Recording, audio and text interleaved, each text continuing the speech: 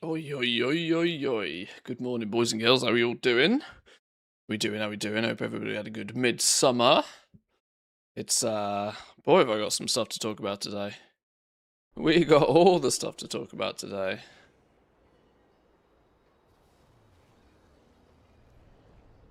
Chat, how we doing? Welcome in. Welcome in.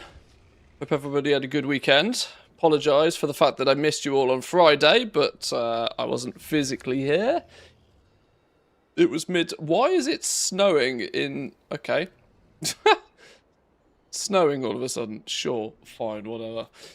Yeah, boy, what a busy weekend I've had. What a busy weekend I've had. Not necessarily how I planned it to be, but we're back. It's Monday. We got 12.1 to take a look at. I told you, didn't I? I told you. There was one guaranteed way to make sure we get 12.1 info. That was to go away for a few days. And that's clearly happened, doesn't it? That's the absolute guaranteed way to make 12.1 info land. Yes, we're now on the countdown to Christmas has begun, apparently. The countdown to Christmas. After like 3 days not even logging into the game, I feel as if I've completely lost track of what the hell's going on. So I'm going to ease myself into it nice and slowly with a cheeky little bit of patron orders and just, you know, catching up with you guys for a little bit. Then we'll probably dive into some PTR stuff. Midsummer's also cooking today as well. Yes, and that. Loads of things to take a little look at, I think. But I'm going to throw this disclaimer out here at the beginning of the stream. There could be a period in time where I just have to turn the stream off and it'll be quite impromptu and I will just have to go. Mostly down to the fact that poor Sulo boy got bit by a snake yesterday. And so yesterday was a world of chaos. He's under the sofa right now. He's chilling. He's relaxing. But he's very swollen and very poorly. So yeah, I had all of that to deal with, which was fun. Something always happens at midsummer, by the way. Always happens at midsummer every time. Yes, his face looks like a flipping beach ball right now. Poor dog. Poor dog. Yeah, Danger Noodle got him. Danger Noodle got him good. The one venomous snake in Finland got him good. Just our luck, but he'll be fine. He'll be fine. He's on some hardcore pain meds, though. So he's a little bit loopy. But he had the anti-venom yesterday. He should be all good. So yeah, that was a slightly unexpected adventure yesterday. Fortunately, Espo's yeah, some silly black and white stripy viper thing, yeah. Fortunately, the animal hospital was only 45 minutes away from where we were yesterday. So we were able to get him there nice and quickly. Get him the anti-venom. And he had IV, keep him hydrated, some opioids, so he was proper loopy. And he's been given some hardcore, like, human-level post-surgery painkillers. He's going to be flipping flying. He's going to be high as a kite, poor dog, but he's under the sofa right now. A touch worse for wear, but he's in his usual spot with a slightly larger face than he usually has. One of about 4 or so actually dangerous animals in Finland. Yeah, typical. There's only like 2 common types of snake in Finland, and he managed to find the one that's venomous. Poor boy. He's chilling. He's chilling. Yeah, exactly. At least we don't live in Australia, where the world is permanently trying to kill you. So stay safe, Goldson. Stay indoors. Don't poke those Don't poke Mother Nature. Right, let's bang some of these out then. What do we got? I might just bang out all of these. Sure. Let's do the whole shebang. Or do I have mats for all of them? No, I don't. They might actually only have 4 animals there not trying to kill you. Yeah, that's the ratio's the wrong way around in Australia, isn't it? Clearly. But it ended up being quite an expensive weekend, all in all. Midsummer's not particularly cheap in the first place, because we tend to, as a family, we go to the summer cottage. It ends up being quite expensive. Lots of food, lots of drink, all of this sort of stuff.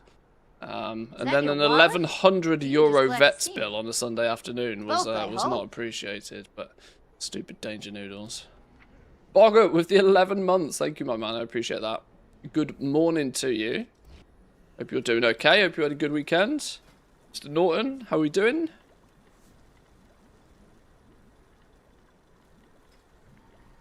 But yeah, all said, I'm not going to bang on about it. All said, I will just be keeping half an eye on Solo the entire day. So if I decide I need to quickly finish the stream, I will just turn the stream off and it will be done. Just so you boys know ahead of time. There's a Reddit post about crystalline glass. Yeah, there's humongous amounts of stuff I need to catch up on. I've literally not even... Since I finished the stream on Thursday, I turned the computer off and it has not been turned back on since, until like 10 minutes ago. So, there's lots to catch up with, I think. Lots to catch up with. But housing will relive another booming phase on 12.1. I have no idea what any of you are talking about. I genuinely have absolutely no idea. I know people seek to hunt me down for the information, but I just don't have it yet. That will be in a coming soon. So they're doing what's turning up in 12.1 then? What's the 12.1 housing thing? Educate me. Give me the import export feature's coming. Oh, well, that's cool. That's exactly what we need. Yeah, that's near guaranteed to do a bit of a boom. K-Jack streamed as well. Oh, has he found an afternoon now, has he? He's been a busy man from what I've heard. Well, that's good then. Yeah, import export features surely gonna bring a bit of hype season back to decor.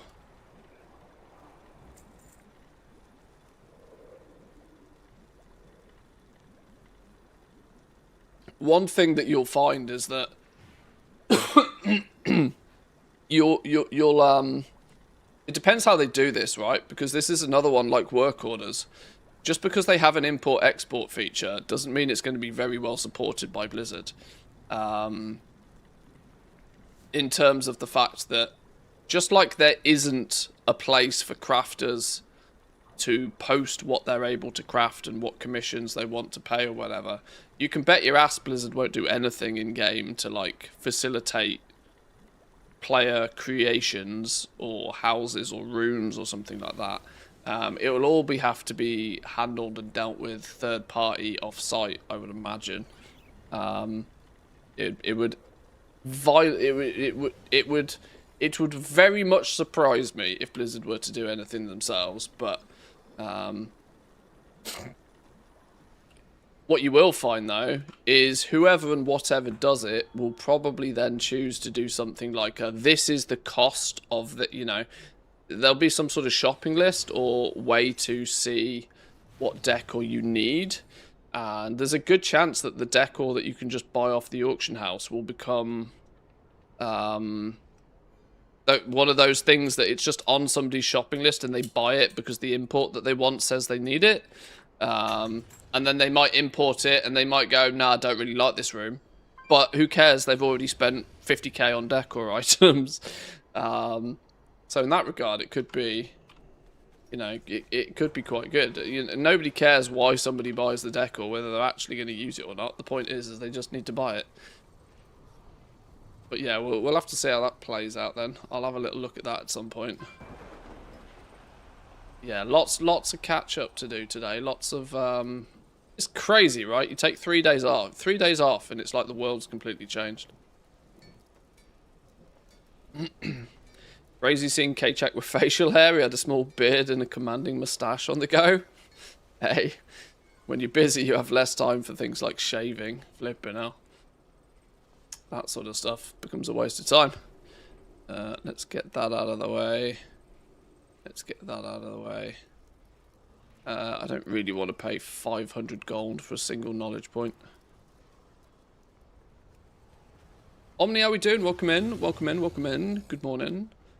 I'll yeah, I'm gonna just like find my bearings again for half an hour this morning, and then we'll dive deep into all and anything 12.1. I'm assuming that is the PTR for it up? I'm assuming the PTR's up for it.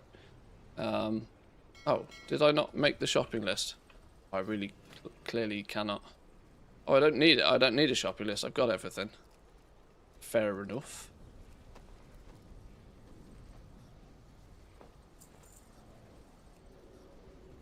You would need all the bits and pieces and everything else beforehand, and knowing what is in the whole design. Well, if they can have some sort of like ghosting, I've genuinely not played with like the actual housing system anywhere near enough. But if you can plant something, to place something down, place an entire room import code in place, and it just ghosts out the things that you don't have, like grayscales them out or something, and then just gives you a list of things that you need to go collect to fulfill the room, or you can choose to replace them or choose to remove them or whatever. What they need to do is they need to make the sharing as streamlined and as simple as possible, and let people go out and collect the stuff after they've found the thing they want. If you have to collect everything first to even import something, it's a complete failure and they need to start again. They can't possibly have it so that you must have everything on the list to even think about it, because then nobody will ever be able to import everything. There's already too much decor for that to be a thing. They have to make it. They have to do something clever to make it so you can import basically regardless, and then you can collect this by killing this boss in this dungeon or whatever. But that said, this is Blizzard, so we'll see. We'll see.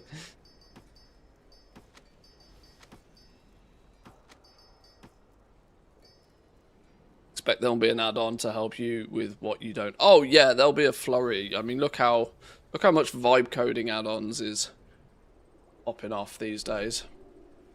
There'll be some in for sure. From my perspective, all I care about is it means there's a really good reason for lots of people to buy more decor. GG, well played. That means get farming that lumber. Get those recipes, get that lumber farmed, get those items crafted, get that decor listed. I can open these because I'm missing some Dun-Dun shards. There's 6 Dun-Dun shards. Have I done the weekly Dun-Dun stuff this week? This character? I don't even know. Weekly maximum 8 out of 8. Is that 8 out of 8 that I've done? I don't even know.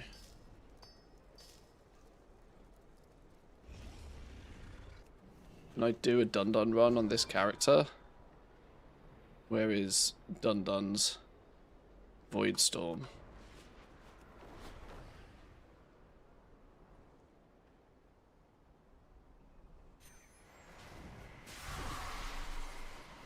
But yeah, there's plenty of 12.1 stuff to have a little bit of a look at. I'm going to pace myself a little bit with this. I mean, we don't need to rush it, simply for the fact that, it's not going anywhere.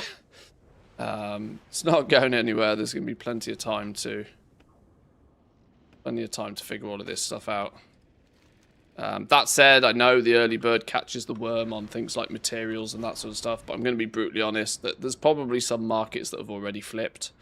There's probably already some materials going burr. Like, my honest opinion on this though is don't wait for the content creator to tell you that something is popping off. You need to be proactive enough to have found that yourself already. That's how you make the big bucks. Important shit will have probably already been squirreled up and doubled in price. Come and be blessed by my abundance. Oh, there isn't a 6 one. There's a 2 and a 4 and then an 8. Oh, I've got to do 2 4s then. No, a 4 and a 2. I don't want to do a 4 and a 2. Oh, I need to get 2 more. Can I stand here and get 2 more? You're going to give me 2 dun-duns nice and fast. It's a very convenient fishing hole, this, isn't it?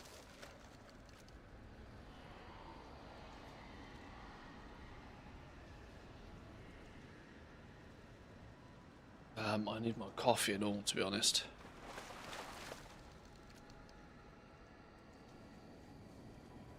People always rant and rave about fishing as a way of getting dun-duns. I'm going to be honest with you, I have never really had much success with this. For me, farming treasures has always been way more efficient. Way more efficient. Oh, now it's gone. But I can... Oh? Okay, that's probably the last time I can use it, though. Alright, I'm just going to sack this idea off. I'm not going to piss around with this. I'm not doing 2 bonus dun-dun runs. Tune's a bit loud. Tune's a bit louder. It's a banger. I can maybe... Oh, I want to turn them up for you, but not for me. I'm almost tempted to turn the music off today. Just because I need to listen. Dog. Also. Backstreet Boys? Jesus. Jesus.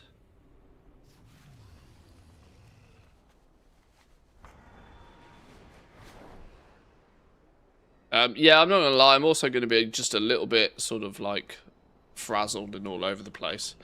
If I'm gonna be totally honest. Today's gonna be a bit of a... It should be a chill one, but it's a busy one at the same time.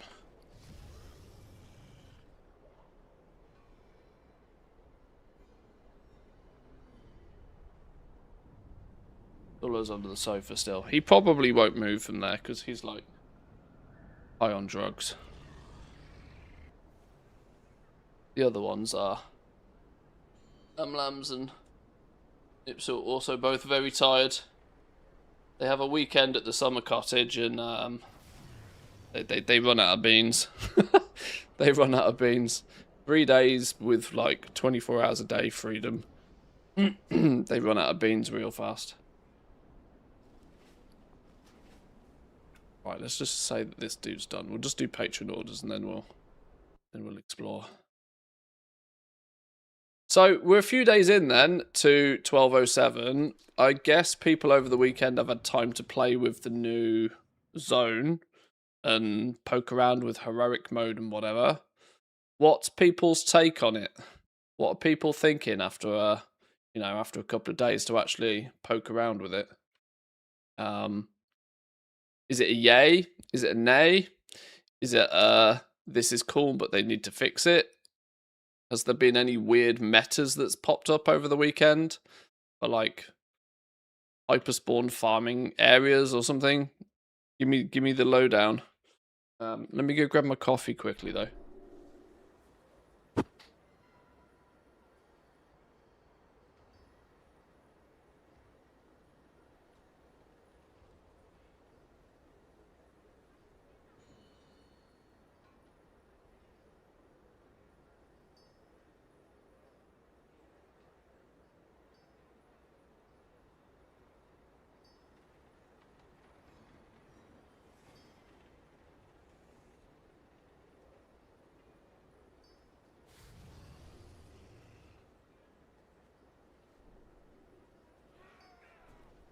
haven't even been to the new zone. I mean, that is a start, I suppose. That is a start. Inscription and tailoring. Tailoring's here.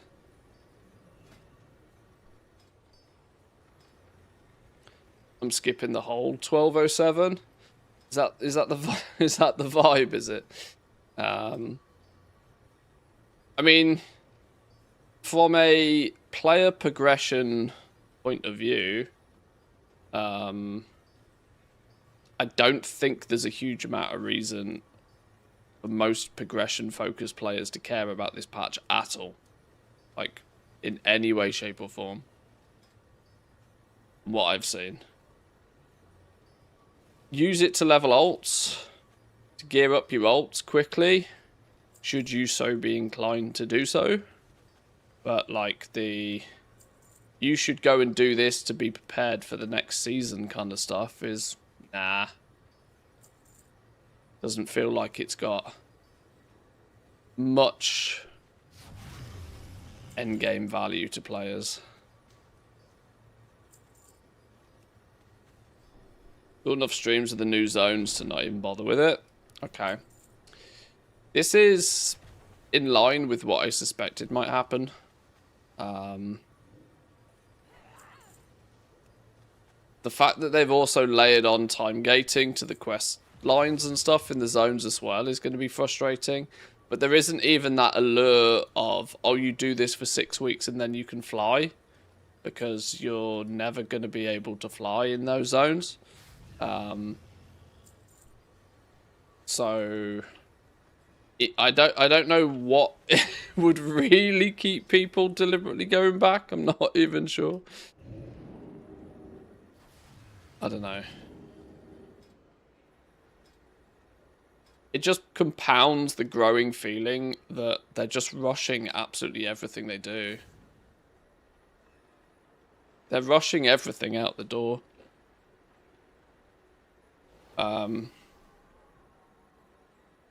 So many times are we seeing features and entire patches almost feel as if they should have just been left in the cooker for, you know, another 6 to 8 weeks to like actually you know, build some value in them. Not so good for the geared folks, only good for either leveling or gearing ults. Yeah, I suspect that's the case then. I'll do it for the storyline and then I'm done. Yeah. Well, we'll have a poke around in the other zone later on this week. Although, from what I can gather, when you look at things like the achievements, they basically seem to have copy-pasted the same gameplay loop into both zones. But obviously they conveniently only let you have access to one each week, which is the time delay aspect of it. You know, we've had patches before, by the way, where you sort of, you know, we've had Mechagon and we've had Nagitar, two very different zones that, you know, are fully fleshed out in their own rights. This is not a patch where we get two zones fully fleshed out. Unfortunately. Can you explain how to do craft sim with the work orders? Let me do it on the next character because I've just done it on this dude now. But yeah. Well, at least I'll show you how I have it set up these days. Let me learn these knowledge points so they don't get lost.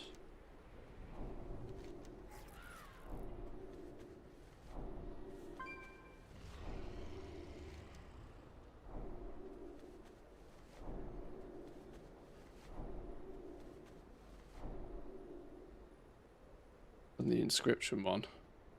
I made a tailoring knowledge point book this week. Tailoring.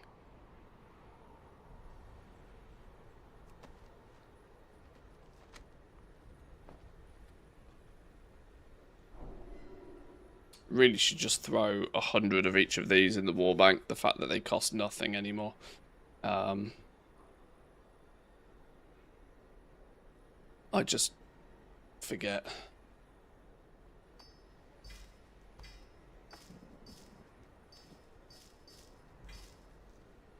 Enough dun-duns to do anything? Nope.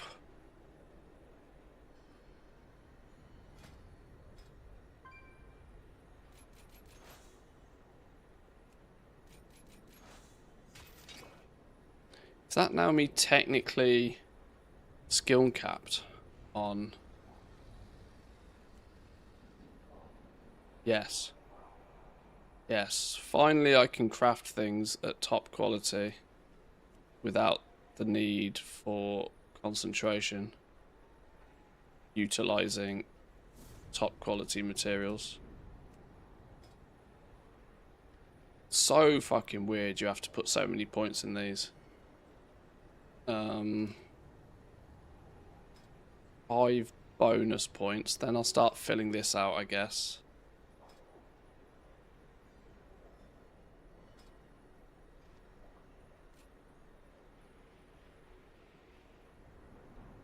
That's unlocking another recipe. Put the points in here at this point, I don't care.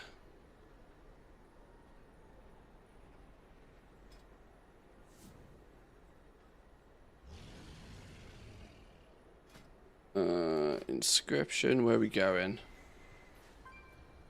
With that, put loads of each in the warbank and just use warband auto get to get them out. That sounds like the smart way to do it.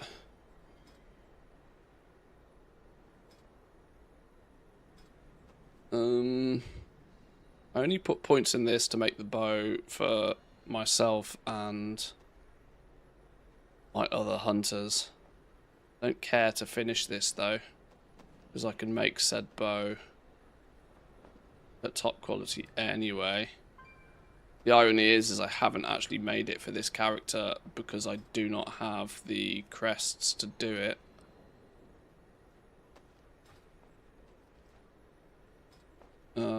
This is complete for profession tools.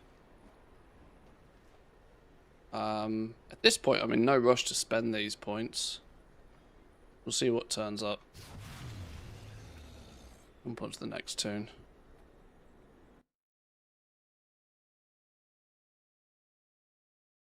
My main is 285-ish, and my alts are around 255. I'm looking forward to gearing them up with the Warbound champion gear in 12.1.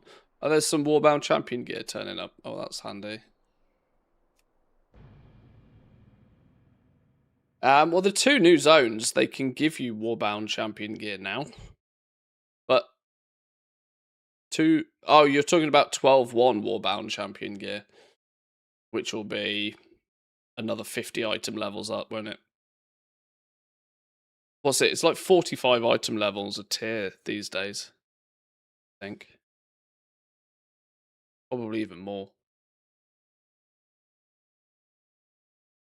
45? 60 item levels a tier? I don't know. We're going to be back up to flipping 400 item level before the end of the expansion. We basically need an item level squish every 2 expansions at this rate. It's kind of crazy how fast it's how fast power creep is these days.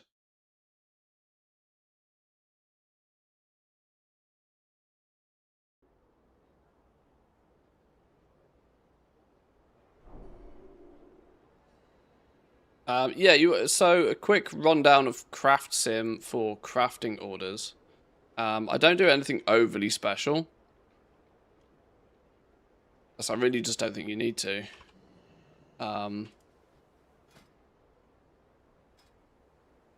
Just open the crafting order interface. I put the Craft Sim Craft Queue bar just at the top here so I can minimize and maximize it. You want to make sure that you have the Craft Queue 1 ticked. That turns that module on and off within Craft Sim. From there is a few settings you can do. I don't really tweak with much. Automatically creating a shopping list after queuing is kind of handy, although I'm going to be honest, I don't believe it works. I still make sure I press this button to make a little shopping list either way. The only other thing really is whether you want to allow it to use concentration or not. You can technically do some filtering of these. So for like patron orders, you can, you know, if you don't want to do all of the recipes that, well, you can just change these filters to whatever you prefer. I'm willing to use concentration, the whole shebang, whatever, to do the patron orders, because I don't really use my concentration for anything else on a lot of the professions. An alt army of alchemists might have a different opinion there. They might want to designate their concentration towards something useful. I consider just keeping the knowledge points ticking over useful. This is the maximum amount that you... I mean, I always leave this as a high number just so I see the items. I never craft anything that is going to cost me humongous amounts of gold, though. I basically only ever craft the orders that are, like, profitable. But tweak a couple of settings, hit the Q work orders button. It goes away and thinks about them. And just, you know, you can see the profit pretty quickly. Today, blacksmithing doesn't look particularly good. There's a few orders here that we're definitely not doing. Not doing this one. If you middle mouse click on an order, it just deletes it. Or I think you can right click and remove, but just middle mouse, boom, get it gone. 1 knowledge point, that's too expensive. 2 knowledge points and a first time craft, so that's actually 3 knowledge points for 500 Let's make gold. sweet profit which is like, together. sure, why not? But, you know, augment runes are not, you know, if the order's just got an augment rune, there's no point taking a loss on it. Why would you? Once you've filtered your list out a little bit, hit the Create Auctionator shopping list button, and head to the auction house. Long boy at hand, open the auction house, hit the shopping tab, and you'll see the Craft Sim Craft Queue. You just click on the title there, it will automatically search for the materials you need, buy up the items you need, grab those from the mailbox. Now, of course, if you've already got the materials, there won't be anything in your shopping list, but I don't keep too many materials lying about. Then a little tip here, when you reopen the profession window, go back, make sure you're on the recipes view.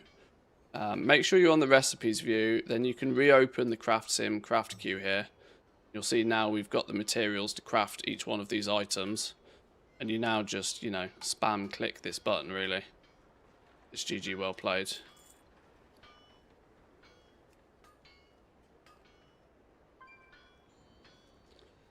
The reason I do it on the recipe window is because that little spinning icon sometimes like crashes out your crafting window for some reason when you're in the crafting orders thing. I don't know what causes it. I just sit on the main crafting window. This button, you just spam click it and it does all the orders then. Chris with the 28 months, by the way. Thank you very much for that. Appreciate that. Good morning to you. Hope you were doing well. I don't spam, like, hammer spam click it, but just, you know, click it every time the button changes. So it doesn't jam up and lock up. And after you've done this a few times, you basically end up doing it on autopilot. Now, in the window, the profit it quotes you is using all of the standard maths that CraftSim does by default. Be aware that you might not get the multi-craft procs, you might not get the resourcefulness procs that you would. You know, it's just as possible for you to be unlucky as it is for you to be lucky. Some days you make more profit, sometimes you make less profit. Sometimes less profit actually means taking a loss, but, you know, welcome to RNG. But once you've done it a few times, you can do it at speed and just, like, fire through your characters.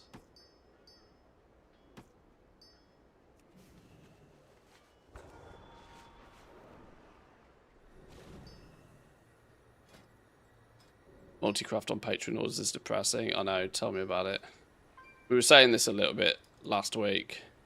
That it just feels gross to me that the crafter doesn't get it. It doesn't make any sense. Why doesn't the crafter get the multi-craft procs? Other than it does increase the potency of Patreon orders and will create extra quote-unquote free things in the economy. But somebody mass crafting is creating those free things. It's, you know, not that much different. It does, it would be another stick in the side, thorn in the side for mass crafters, but not like mass crafting's in a great spot anyway. Can't get much worse. It's difficult to get much worse than just not profitable anyway. You know? It's already kind of broken.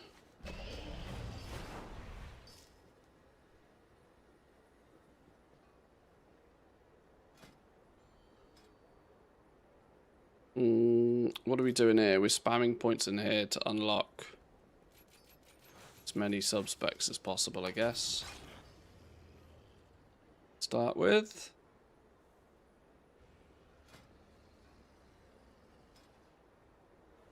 63 points in enchanting. I need to, 1 week, I haven't decided, it's not the time to do this right now, but I need to do a bit of a catch up on, I'll do it once before 11.12.1 or something. No bother trying to catch up on enchanting right now. Did anybody try abundance today? I did my second 8x run on one of my alts, and it wasn't lagging with only 3 of us there. Got no reward at the end. Is it intended? I mean, if it... I don't know.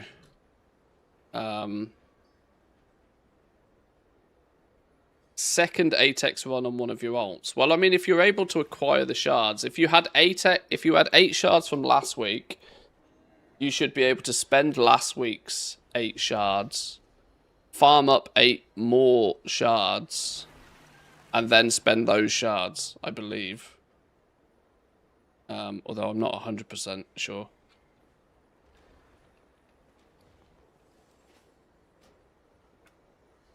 Starmer has resigned. Is anybody shocked? I'm not going to get too deep into politics, though. I know I'm British, but I escaped the UK many years ago now, for good reasons.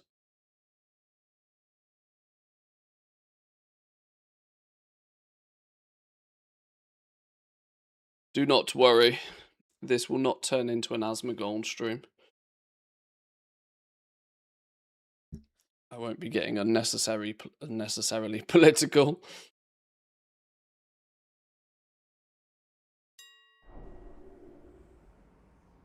Okay, we're here.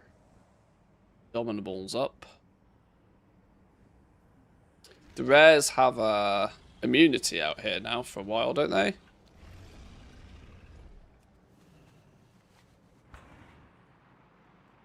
Before they can be pewed. Have we found an add-ons caught up with the rares out here as well? Have add-ons caught up in a way to basically just tell you which one's what and where?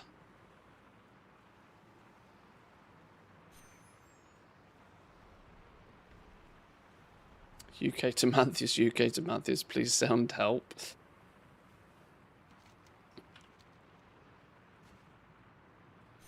Like I said, I'm not going to get overly political about this, but I do know that going through flipping, I don't know, 15 prime ministers in 4 years or whatever is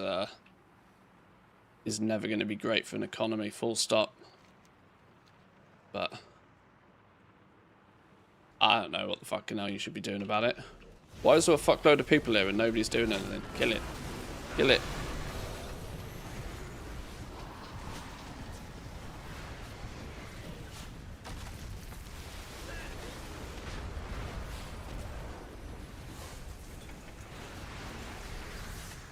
Am I just unlucky this week, or as most of my crafting orders require concentration? Probably just unlucky. It just happens at times.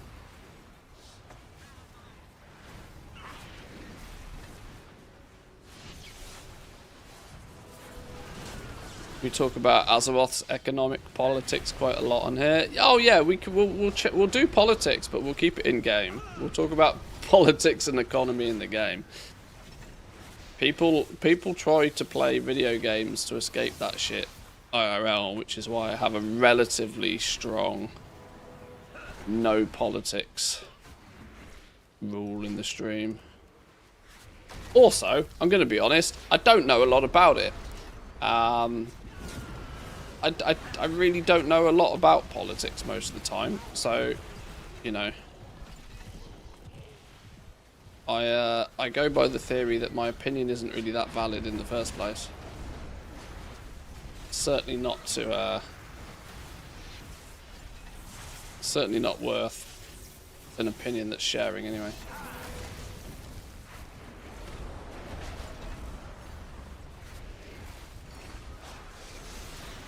Tried the new zone yesterday, 290 item level, heroic world tier. The mobs are just using me as a ragdoll. Mobs everywhere, can't fly, not going back. Fair. Fair.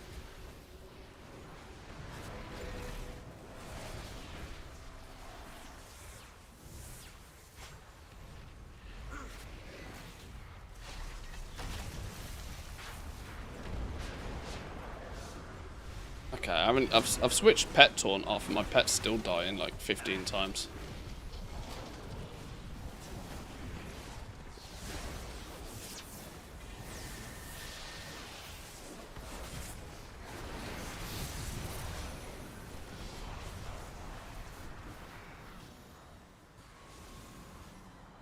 Okay.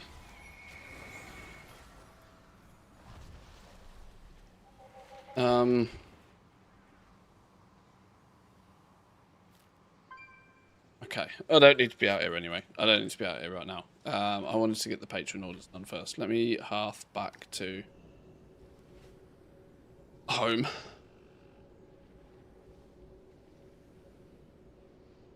Also, who decided the no flying thing again? The new season's patch zone is also a no fly zone. Why? Also, borrowed power. Are we going back to Shadowlands? Don't you remember though that Blizzard learn? You know, Blizzard learned from their mistakes in the past. And then they fire all of those devs that do all the learning. And they hire a bunch of new devs that haven't learnt yet. That's how it goes.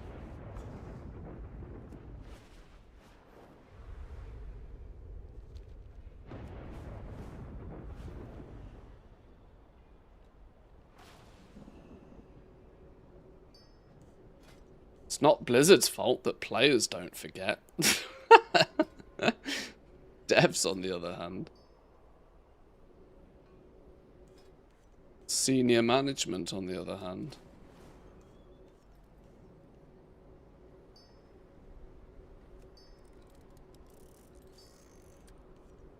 We're not doing that one. Not doing that one. Do the rest.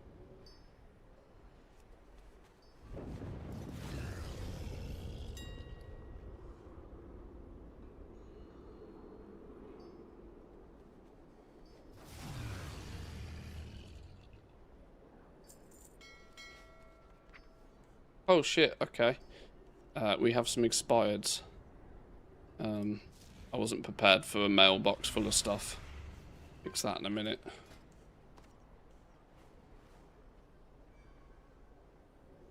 Got an infection in my upper jaw. I look like half a chipmunk. Oh, Lady Daisy. Lady Daisy, Lady Daisy. The, well, for starters, get well soon. Get well soon, because that doesn't sound fun. You can't see him right now. He's chilling under the sofa, but Solo Boy got bit by a snake above his right eye yesterday, and he's like a beach ball too. So he'll sympathise with you for sure.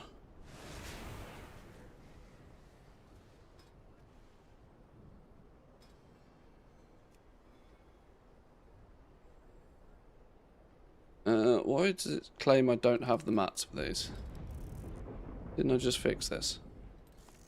Oh, it's telling me to equip the right gear. See, that's why.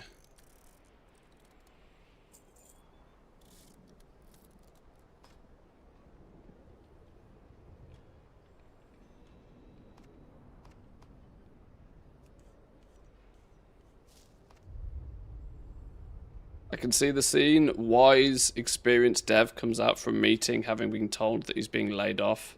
Immediately goes to his desk and shreds on all his notes on what not to do in the game. Yeah.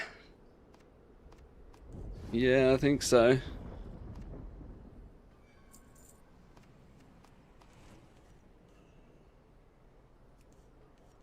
Finland has snakes. They got to move at negative speed. Hey, it was 28 degrees yesterday. Those snakes were chilling. They or the opposite of chilling. They were sunbathing. They were happy. Yeah, poor Solar. We were sat eating breakfast, and we heard him start doing a whole bunch of barking that wasn't just like normal play barking. So we went and investigated what was going on, and he was barking at a snake in the like shrubbery area. He was barking at a snake. Now, of course, we had no idea if anything had happened or whether he just spotted it. Checked for bite marks, but very difficult to see bite marks on a dog. Because, you know, especially my dogs with them being so fluffy. We assumed that nothing had happened. I took a picture of the snake just in case before it slithered away. But yeah, an hour or two later he started to swell up and started to whine, and we were like, shit, we gotta go to the vets. But he had his anti-venom. He had his IV drip all day yesterday. Yeah, there's really only two types of snakes in Finland. One's venomous, one's not. And he managed to find one of the venomous ones. Oh boy.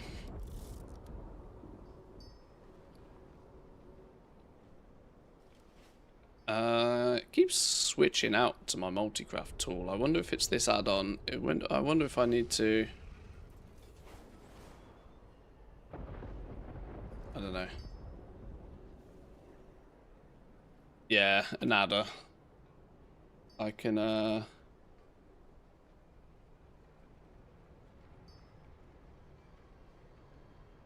can probably show you who it was. See if I've...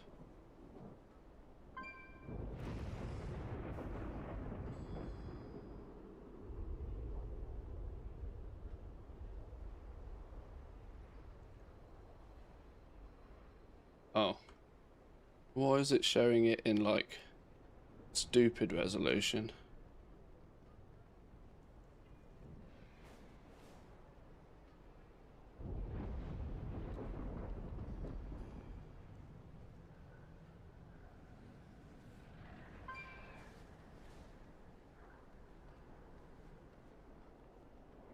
Okay, that's not a very good photo.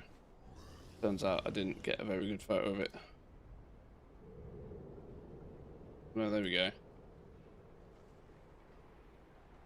This sucker. This sucker here, look. This little wiggly fella. His head here.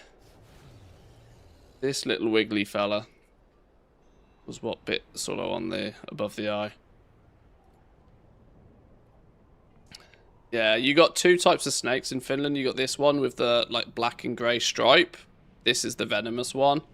And there's just like your standard green or standard brown snakes which are not venomous. Yeah, this little sucker. Shovel it. I was gonna bang it on the head with a shovel, yeah. I was gonna whack it with a shovel. Unfortunately, I was surrounded by lots of female Finnish people who were like, no, they're endangered. You get fined if you kill one. And I'm like, yeah, I don't care. But unfortunately, I got overruled. And to be honest, it wiggled away into the bushes quite quickly after I took the photo of it. But yeah, he survived to live another day. But I wanted to bash him with a shovel, yeah.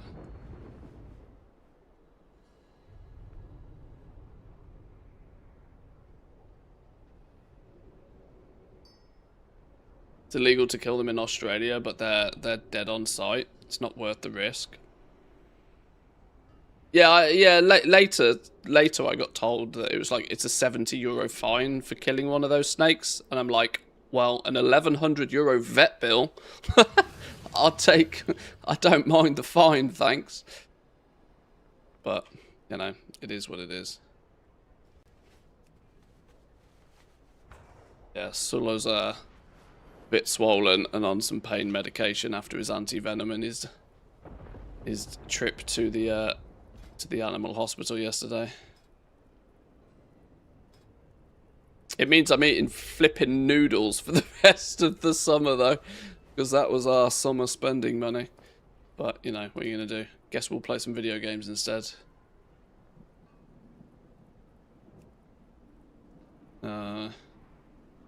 We've got a small 2-night trip to Tallinn, which is fortunately already booked and already paid for. But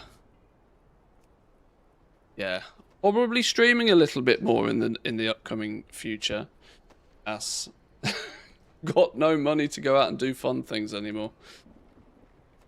Pets are expensive. I don't want to go on to it. This is not a rant and this is not a plea for help, but flipping the pet insurance is fucking useless as well, by the way. Anybody that's got pet insurance, don't bother. They will take any opportunity to not pay out. There's 2 types of treatments you can give for a dog that's been bitten by a snake. You can either administer the anti-venom, which is the best one, but surprise, surprise, is the most expensive one, and surprise, surprise, also not the one that the insurance will pay for. Sons of bitches. So, yeah. Who's going to see you kill a snake in your back? I know, it's crazy. It's like, oh, maybe admitting it on the internet is not a good idea, but like, yeah, I was about to whack it with a shovel and yeet it into the sea, but I was overruled. Mr. Wu with the 47. Thank you, my man. I appreciate that. Good morning to you. Hope you're doing well. Hope you had a good weekend. 47 months. Flipping else. Thank you, my man.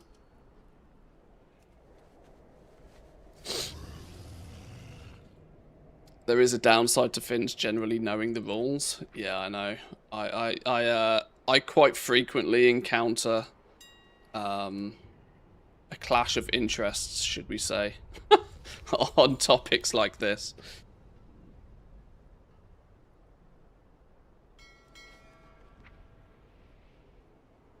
We were driving to the animal hospital with Sula in the car yesterday. My wife was still sticking to the speed limit. I'm like, it's a good thing I'm not driving. It's a very good thing I'm not driving.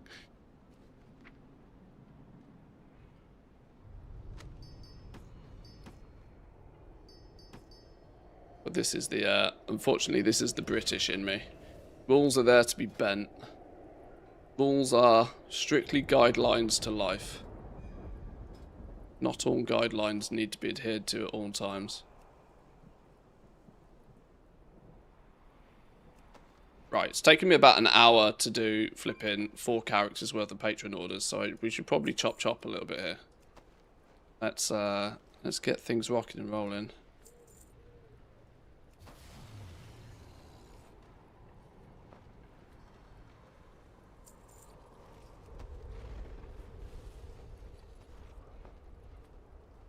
Maybe some people think some of us kill snakes and then report it to the police. Clown world. Yeah, I don't know. We've got a humongous ant's nest in our backyard. And whilst ants can be annoying if they get in your house, I'm perfectly happy for the ant's nest to be in our backyard though. Because one thing ants are very good at is keeping away snakes. There is no chance I will ever see a snake in my backyard. Because ants just like swarm a snake. Man, a snake's got no chance.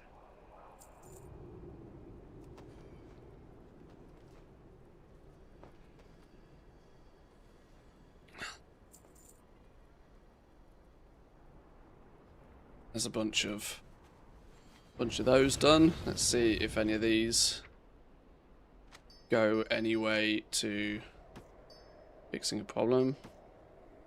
Is it really illegal if nobody sees it?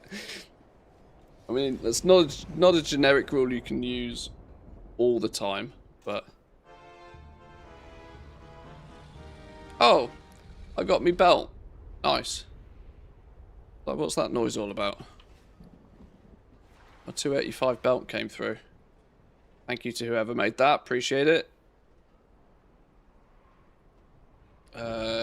Do we need to do anything with the belts? There's no enchants or anything that go on belts these days, is there? That's just a nice little upgrade then.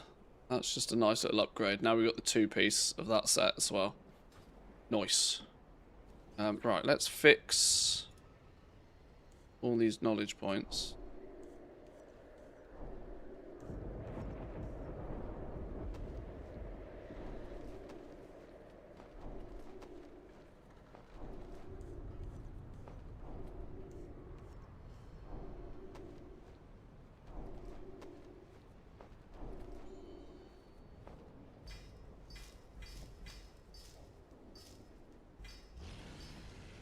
Oh, I've got 8 Dun-Dun shards again. 8 Dun-Dun shards. I should go use those. What have we got here? The world awaits. Hang on, let's check what these knowledge points do for us, if anything. Oh, okay. I'm just now... Every 10 points we learn a gem.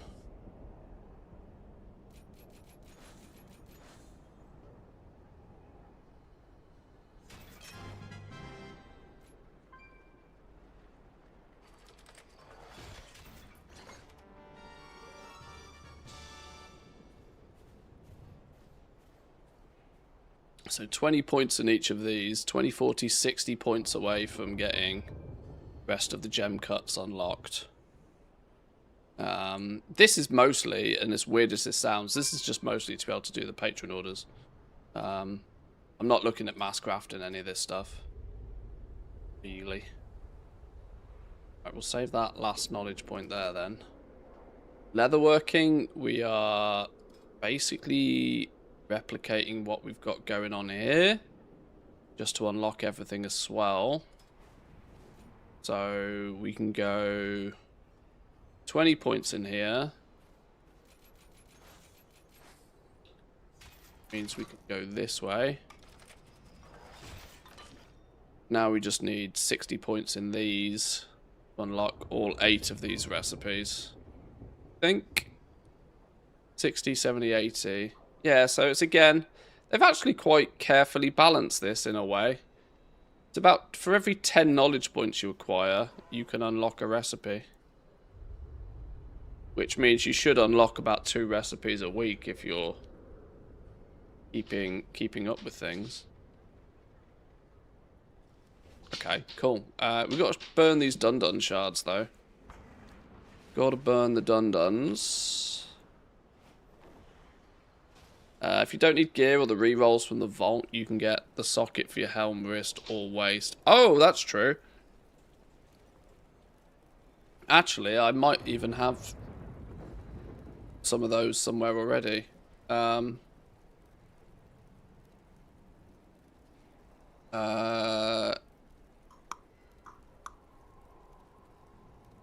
6 of these somewhere. I definitely traded these in for something at some point.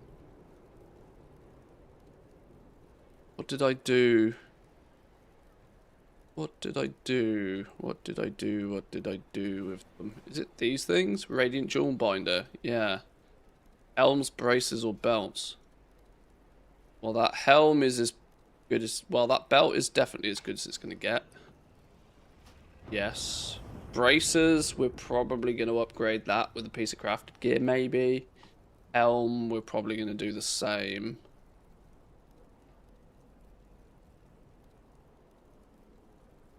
And there's no reason not to put a socket in that now as well, isn't there?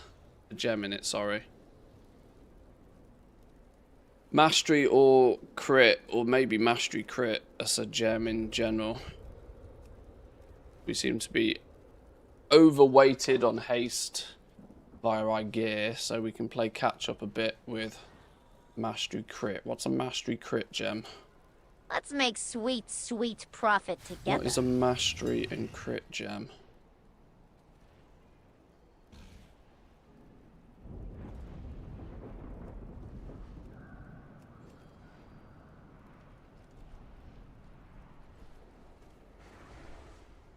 Oh.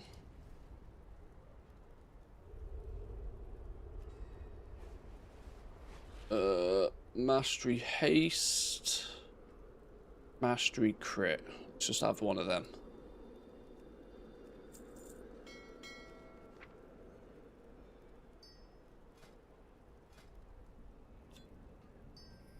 In you go. I'll do.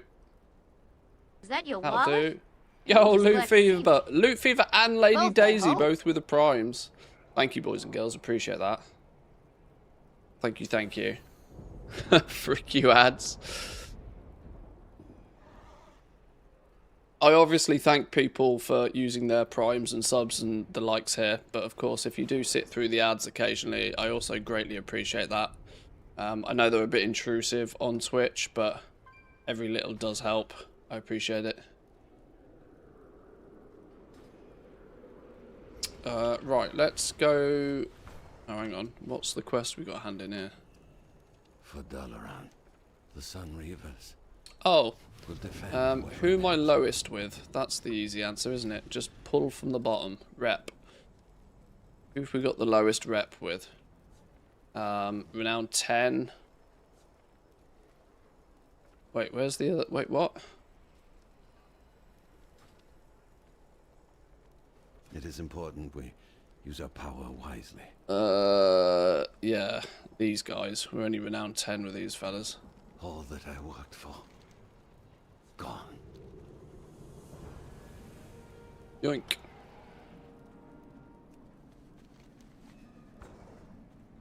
And now to the Void Storm to quickly burn these dun-duns. Needs must.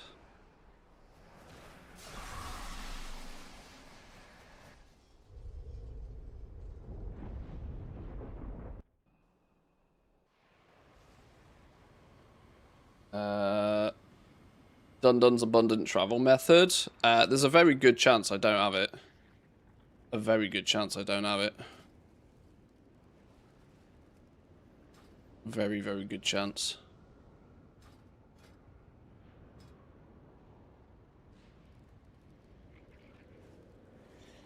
Dun-dun's abundant travel method. Yeah, I ain't bought this yet.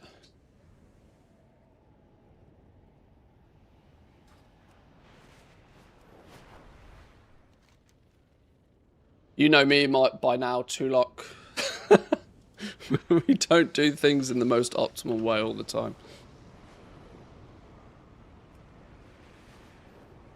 Can't be spending that precious, precious unalloyed abundance on toys at the cost of one whole fused vitality. Don't be silly now. I promise you, Frost. You seek abundance? It lies here in full measure. All you must do is harvest it.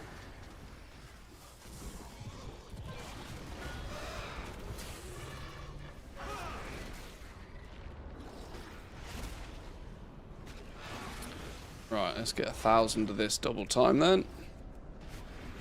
Quickly now, quickly now.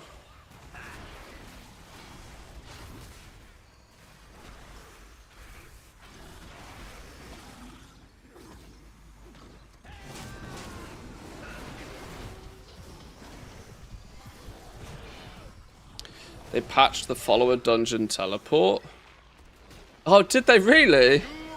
Does that not work anymore? So rich Oh dear, fun police. How have they fixed that then? Glorify me. Does it just take? Does it just actually now In abundant kind. take? How have they fixed that? What does it do? Just not take you back to the follower dungeon anymore? You can't TP to your house from the follower dungeon? Fuck, you know. Wow. Actual fun police.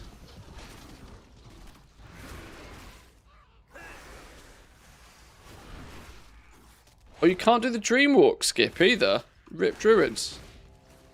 Oh dear, oh dear. Because people were saving literally minutes. Can't have that. Can't have that. Time is money. Can't possibly have that. Will somebody please think of all of the engineers and their precious wormhole generator sales?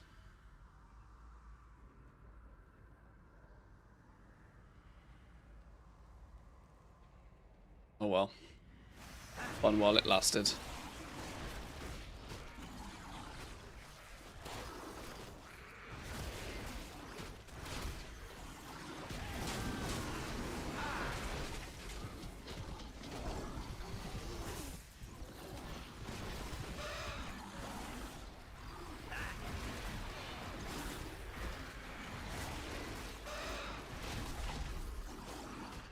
I don't even have purple.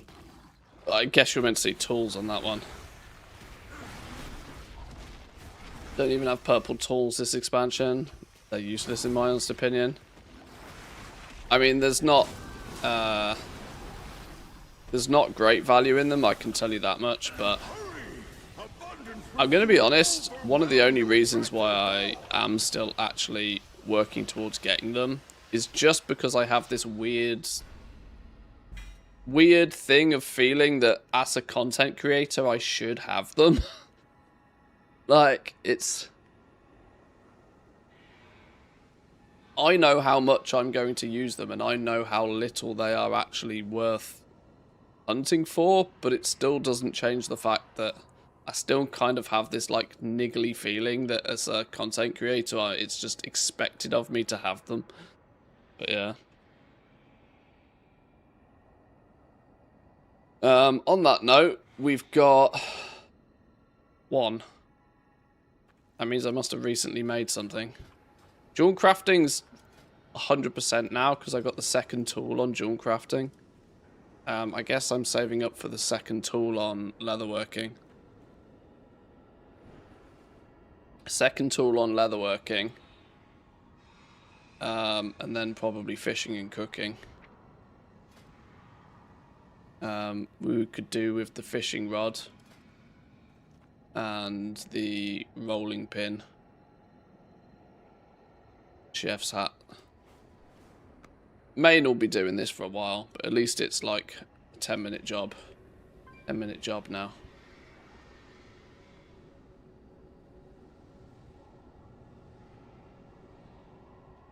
Actually. I deal in the most exotic goods. Or we run away. They're gone. How much we got? No, just keep pressing buttons.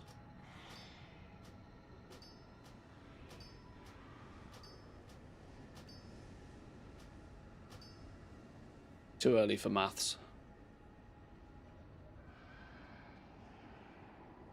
Save enough for the toy? Nah. Honored that you shopped with me. We only go here once a week now. Fine. Right, let me half pack. Let me just double check on solo for a minute. Give me 2 minutes.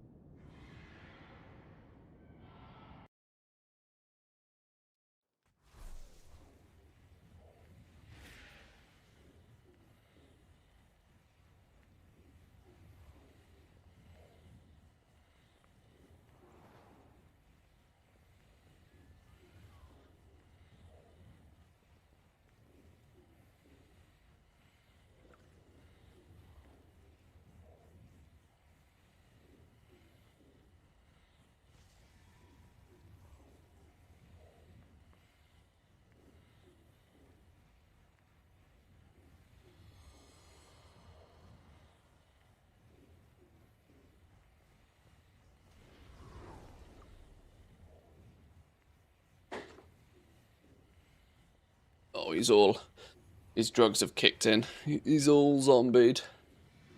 Poor dog. For his own good, though. Better in a few days.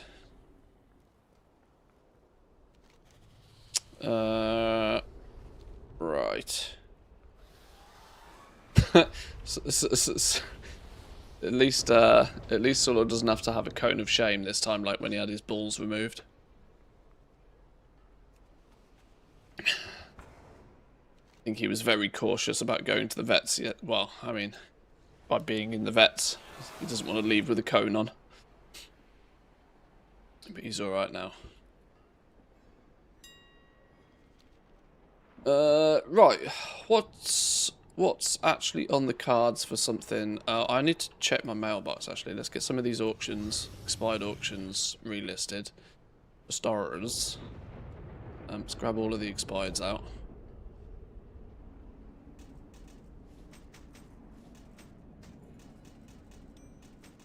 Bunch of stuff to put back on the auction house. We sold 50k worth of summon. A void touched winter pair of legs we sold. We ran out of space. Yeah, let's just post all of that.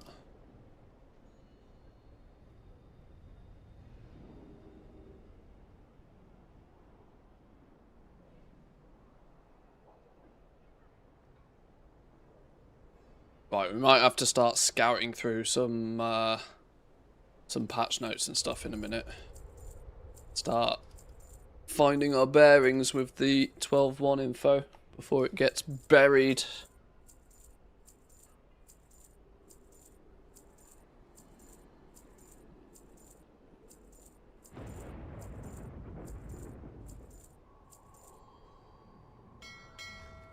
Next bag load worth of stuff.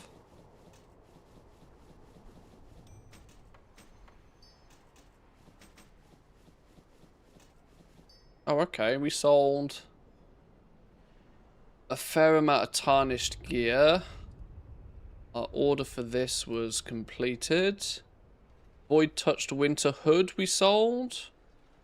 Forgotten sword. This is some of the new BOEs. Void touched winter legs. And clearly people are leveling up their alts. Good. Now the question is what's the value of this? What's happened to the value of this sort of stuff over the last few days? It's probably gone to shit, hasn't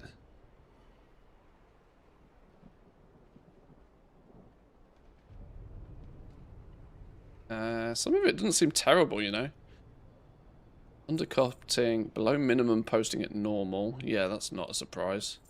Void touched winter boots are still 10k. Above max price posting at max. Okay, somebody's reset that.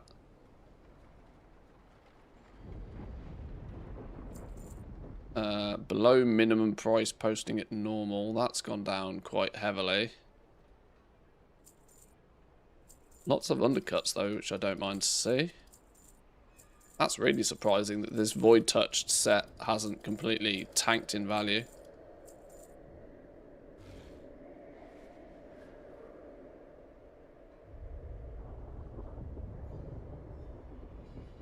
Oh, that's going to annoy some people.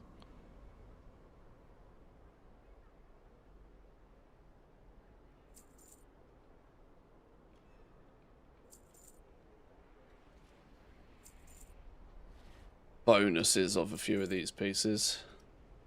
Get them out the bags for now.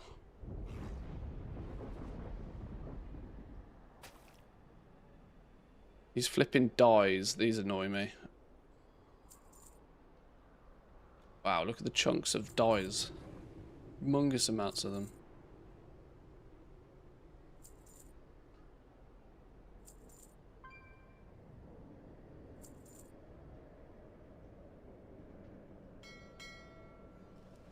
Okay. Right, yeah. Let's start harvesting some info about the new zone.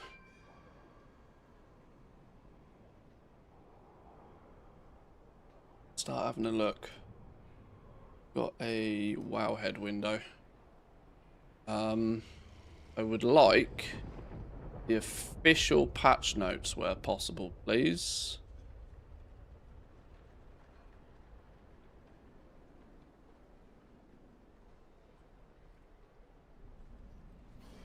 Assume those are going to be on the forums.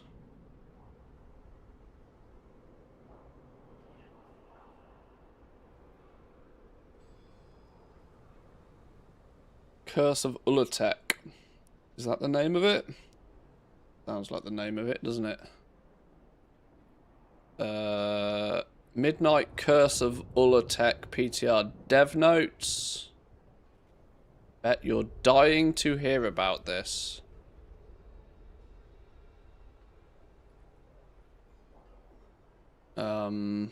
What's this then?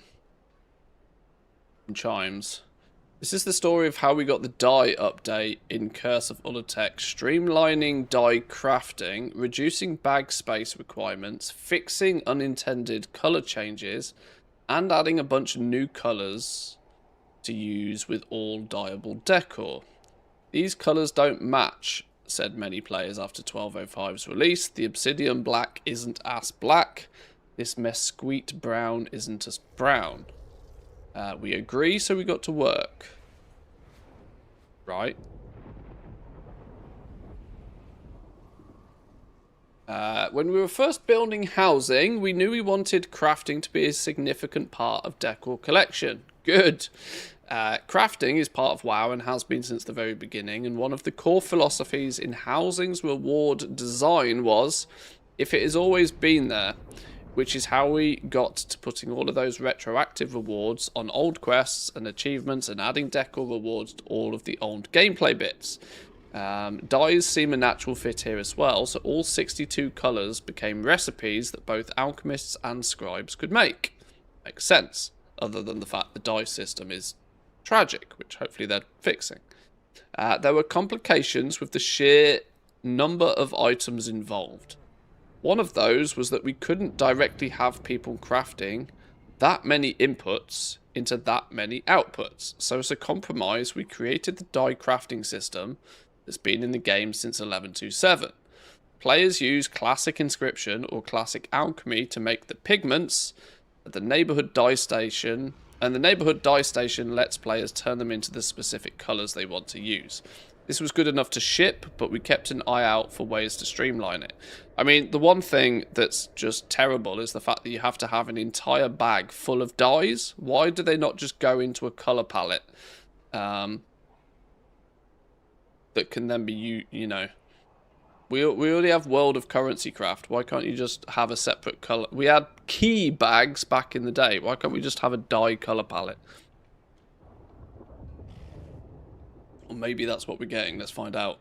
Meanwhile, and far less clear to anybody at the time, we also shipped a bug that affected dyes, some more than others, that caused the darker colours to be much more dark. Notably, Obsidian Black went from being pretty black to almost as black as Sylvanas Windrunner's coffee when housing arrived.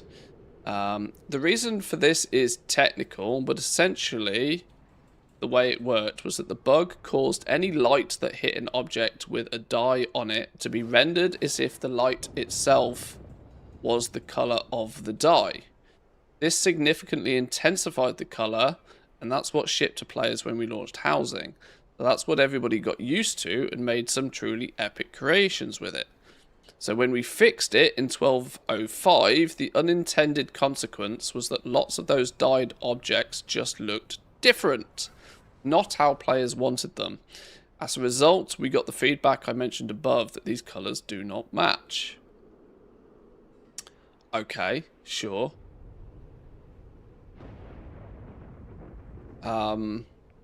Once we tracked the issue down to being tied to the bug fix, we had several tough choices. For performance reasons and the long-term health of housing, we couldn't revert the fix, but we need to address the issue. So what have they done? As soon as we ruled out reverting the fix, we knew we couldn't simply redefine the colours on people again. It was bad enough when it was just unintentional. Repeating it, especially intentionally, would be too much disruption to people's creativity. No matter how well intended the change and how requested it was. People have been building since 1205 with colours looking how they do now. So we decided to make some new colours. Say hello to dark obsidian, dark mahogany, and dark mesquite. It's probably not how you pronounce that. These look a whole lot like the way obsidian, black, mahogany, and the brown used to before the 1205 bug fix. Okay. Pantone color palette coming to WoW for the low price of $99.99. When? It's got to happen, right? Pantone crossover dye system. Sure, more dyes, great, excellent. Make shit pink if you want. Make sure, yep, okay, great. Was that it?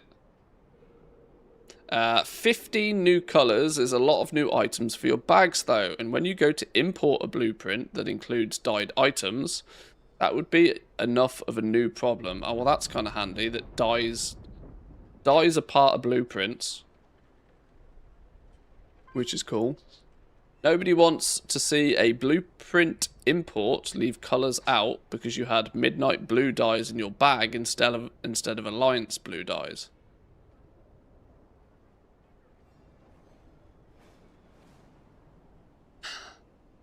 Meanwhile, all men, yeah, that's just light grey. Pretty much, yeah. But what if it didn't matter which blue dye you needed? They all take the same resources to make anyway. It took some additional engineering to work to unravel one of the assumptions made at the start, that each dye item is associated with only one dye colour. But we took this opportunity to consolidate all of the various dye items down to only a few. We had 62 colours before, plus 10 pigments. With 15 additional colours, that would have meant players stockpiling a full collection of dyes to maximise their flexibility in the creative moment, would need to dedicate 87 inventory slots just for that one purpose. This is with dye consolidation, we're down to 9, which is more reasonable on bag space, and they still stack very high.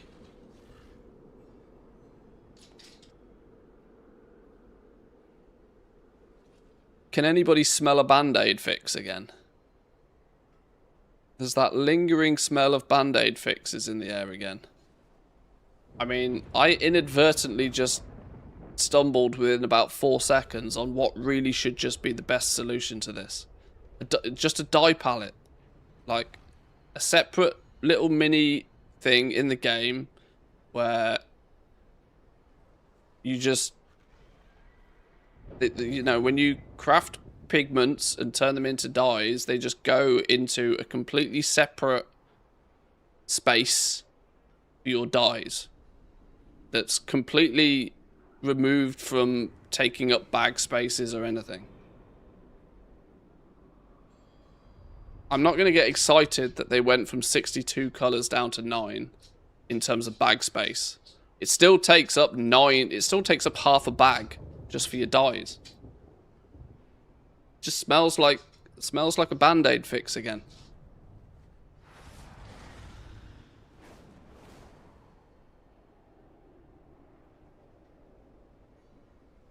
Why are you suggesting smart systems? It's crazy, right? Is that Crazy. your wallet? Or are you just glad to see me? Yo, Jarges with Roleplay, 22. Thank you. Thank you. Appreciate that. You boys and girls have been good to me today. I appreciate this. Thank you very much. Thank you for the resubs today, boys and girls. Right, well, how's this going to appear then? When you log in onto the PTR, you'll see that you have mail, possibly a lot of mail. Every dye, pigment, or housing dye item that you had a stack of, you'll get an in-game mail from this person, the Apprentice Painter in Silvermoon City. You may remember her as a vendor associated with the Artisan Aid endeavor. She explains what's going on in a letter bundled with the new items that can be used in place of the old items. For example, if you had 5 Alliance blue dyes, 6 Horde red dyes, and 2 white dye pigments in your inventory or bank, you'll get 3 males. One will have 5 of the new blue housing dyes. Another will have 6 red housing dyes, and the last will have 3 white housing dyes. When you customize a dyeable decor in your house, it will work the same, except with more colours. You'll see every colour in the game now, plus the new ones. Big change is that instead of needing different items for Void Violet or Netherstorm Fuchsia, you'll only need that same quantity of purple housing dyes.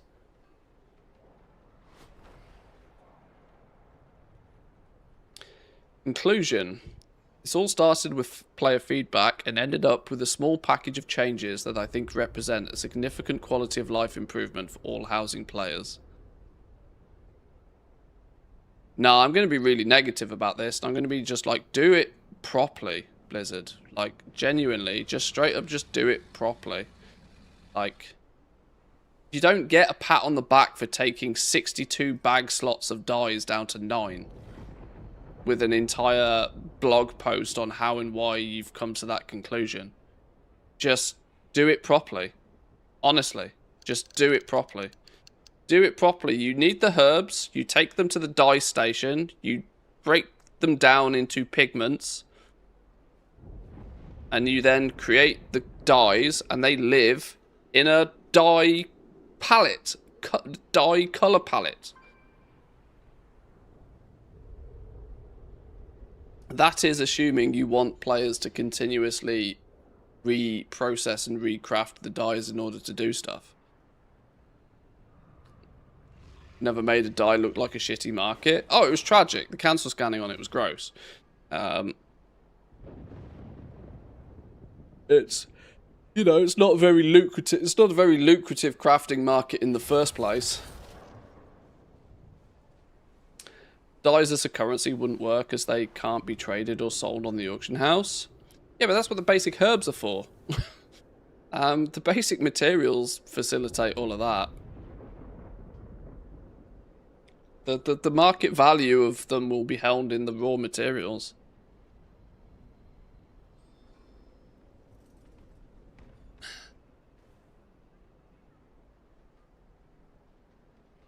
I don't know. They don't have the tech yet for dye palettes? Clearly not.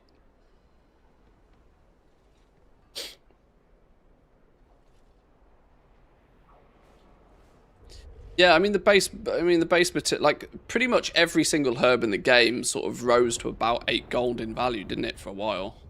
Of which players were buying them for sub 1 gold for months up until the launch of Decor. So yeah, I can see how some people made gazillions off the initial Zerg.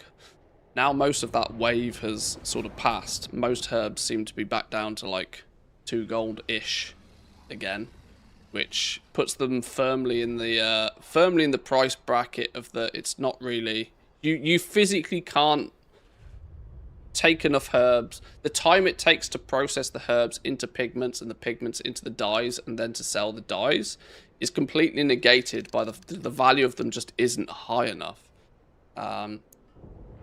You know, you're maybe doing 10,000 gold in revenue an hour, never mind profit. It's just not worth. You know, it's all just it's flooded. The market on dyes is already flooded. You could make stupendous amounts of gold if you're one of the early birds stacking away all the herbs, but this just doesn't seem like it was worth doing. Seems like a lot of hard work to achieve not really a lot again. When they could have just been like, yeah, this dye system sucks, doesn't it? We're going to just give you a dye palette. And you just, every time you craft dyes in exactly the same way you craft dyes now, and it just puts a +1 in your dye palette on that color. Off you go.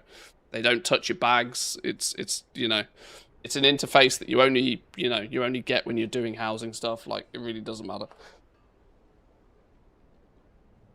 Okay. We have the main patch notes. Oh, there's a WoWcast.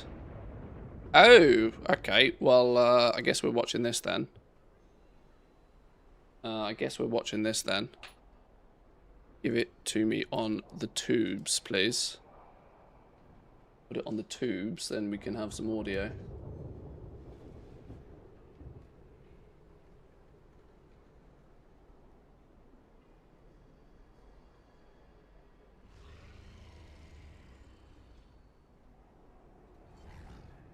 Turn you off for a minute.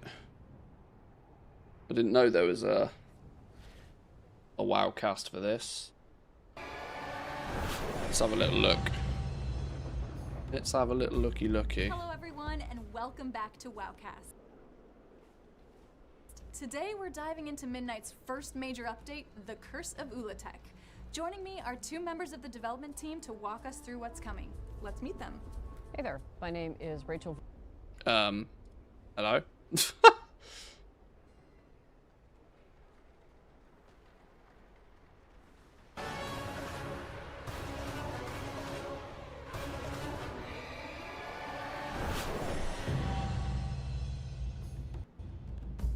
Hello everyone and welcome back to WoWcast. What the hell?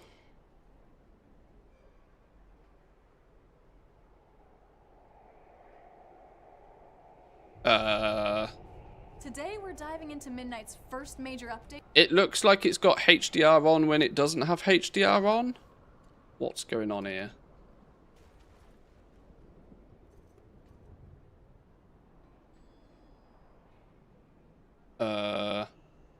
It looks fine on that screen.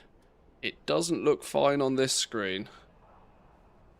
Bethany looks very ill all of a sudden. I bet it's because I've got HDR mode switched on in the game or something. Hang on, please hold.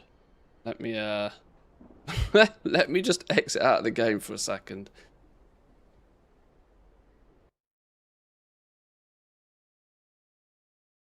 That should probably disable HDR on my No, that's not right still. That's not right still. Please hold. Please hold. That is not right at all.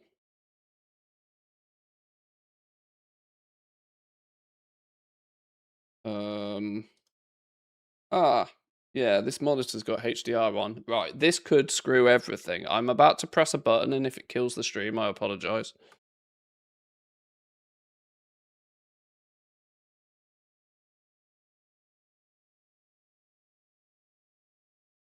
Ta-da! There we go. There we go. Something about YouTube in this video did not like the fact that I had high dynamic range switched on my monitor. Okay, she's back to normal. Right, we still got sound? The Curse of Ulatek. Yes. Joining me are two members of the development team to walk us through what's coming. Let's meet them.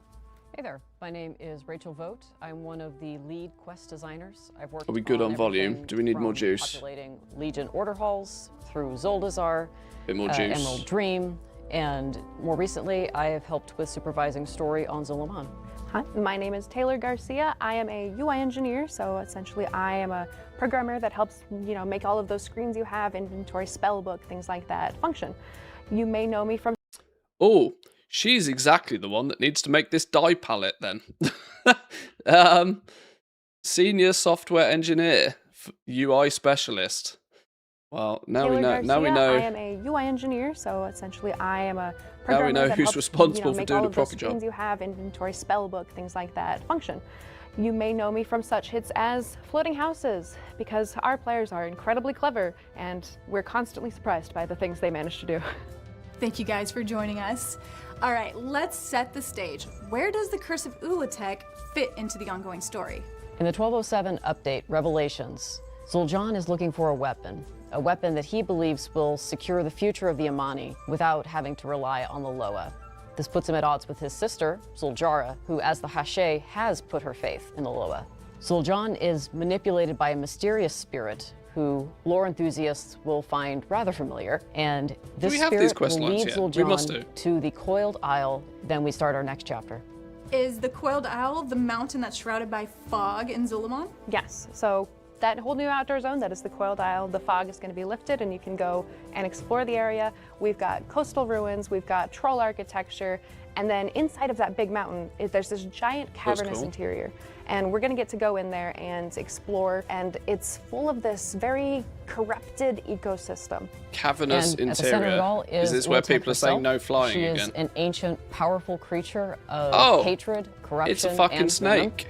Ultimately, Zul'Jan's decisions will lead to her being unleashed. Not Meanwhile, friends with snakes at the Zul'Jara moment. is going to go to the Isle, and we're going to go with her to try and bring her brother and others home. They're going to delve into the buried history of the Isle, and we're going to find out what was locked away and who was left behind. And this is going to lead us to a new raid, the Venomous Abyss.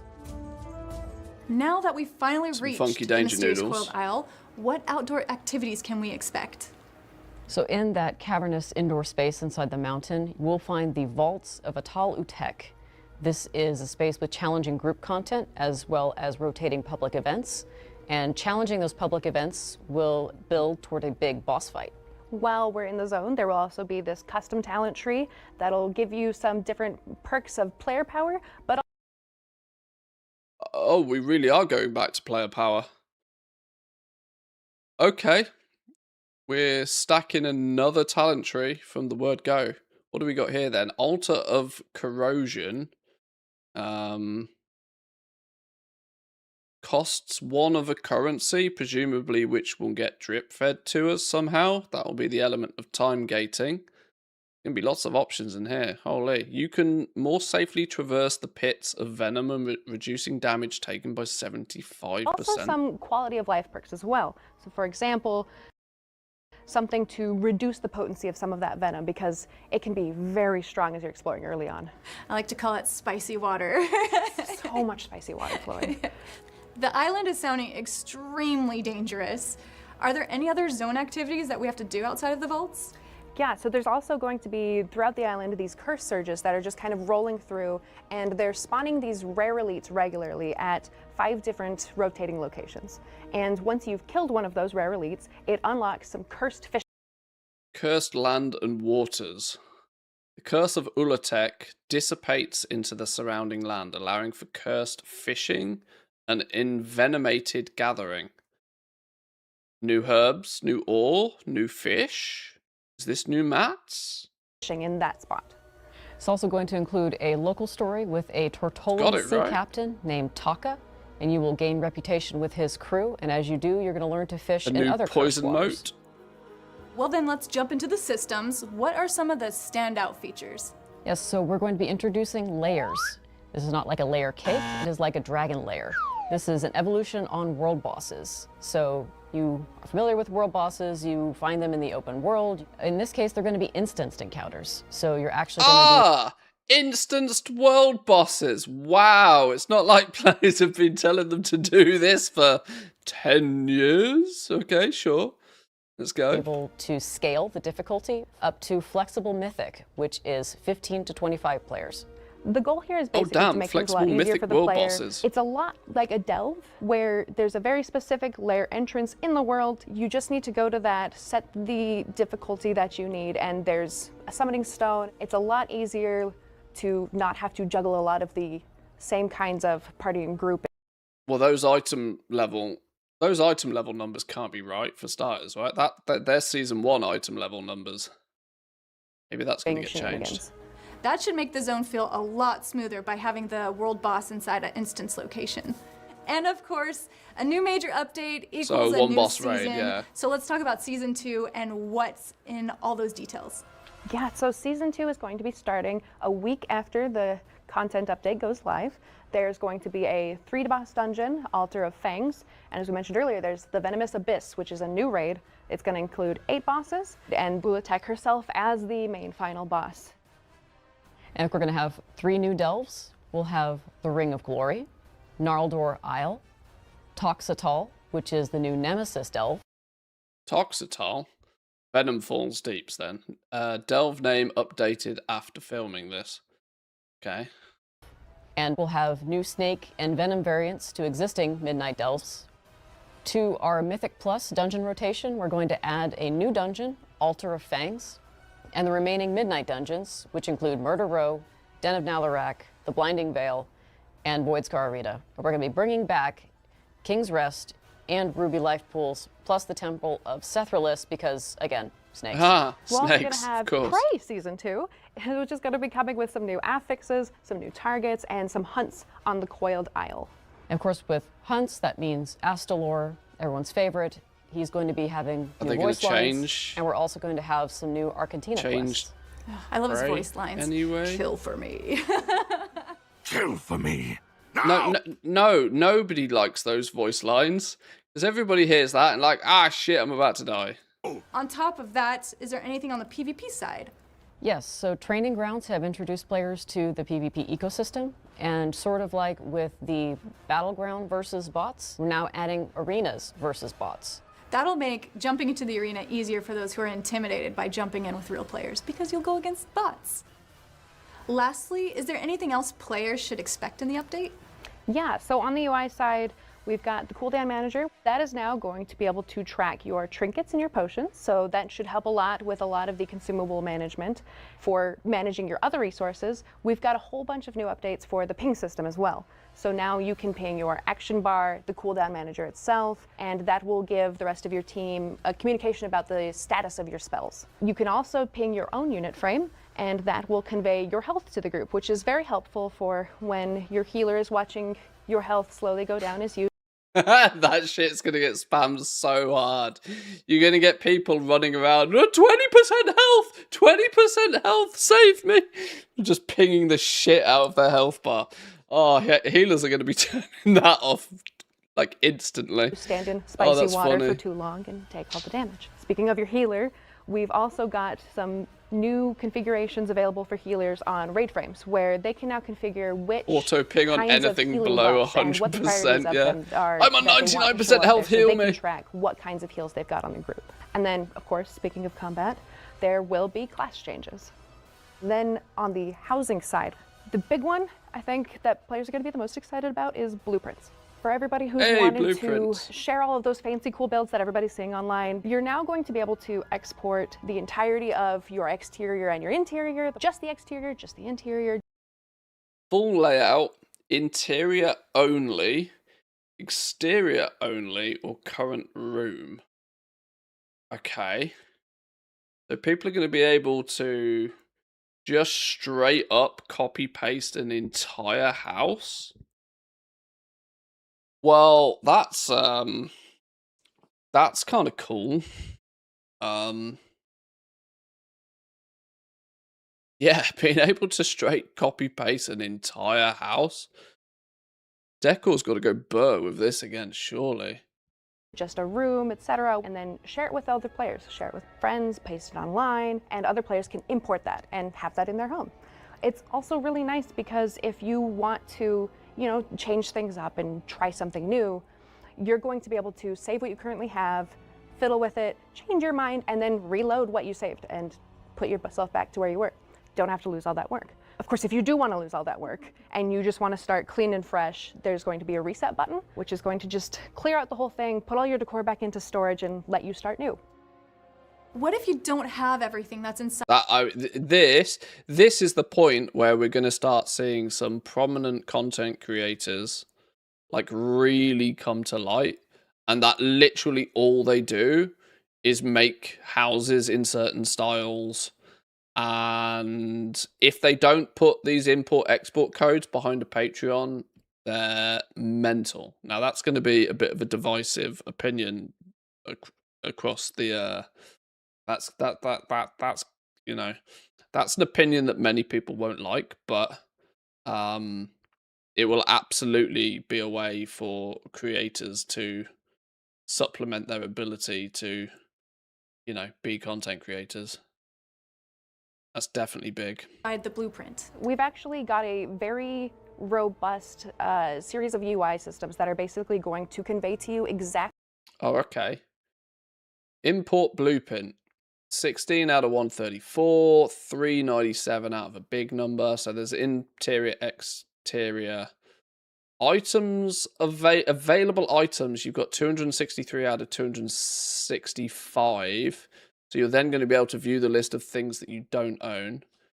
You can still import this blueprint, but missing items will not be used. Do you want to still import it? Okay. That's an interesting screen, because it will... I was thinking it would probably grayscale out things that you don't have yet to give you the ability to go and get them. What is inside of the blueprint and exactly what you're missing, which parts of it, and Oh, right. House type, rooms, decor. Missing only. You'll be able to see exactly what you're missing to go and get it. Interesting. What we really want is a shell of the item so that you can just fill it in gradually. Yeah, so like I said, just like a ghost image of it, that when you've gone and collected that decor, it will just like pop into place. for certain things that are missing, you're going to be able to import anyway. So for example, if you have everything but you're missing like 2 chairs, you can still import it. And then, you know, if you want to go get those 2 chairs later, you can. Or if you didn't want them anyway, that's fine. But we're going to have a way for you to be able to very easily have a whole breakdown of exactly what you have, what you don't have, and what's needed. And speaking of which, for the interior of your house, there's going to be a brand new kind of decor called a pet bed.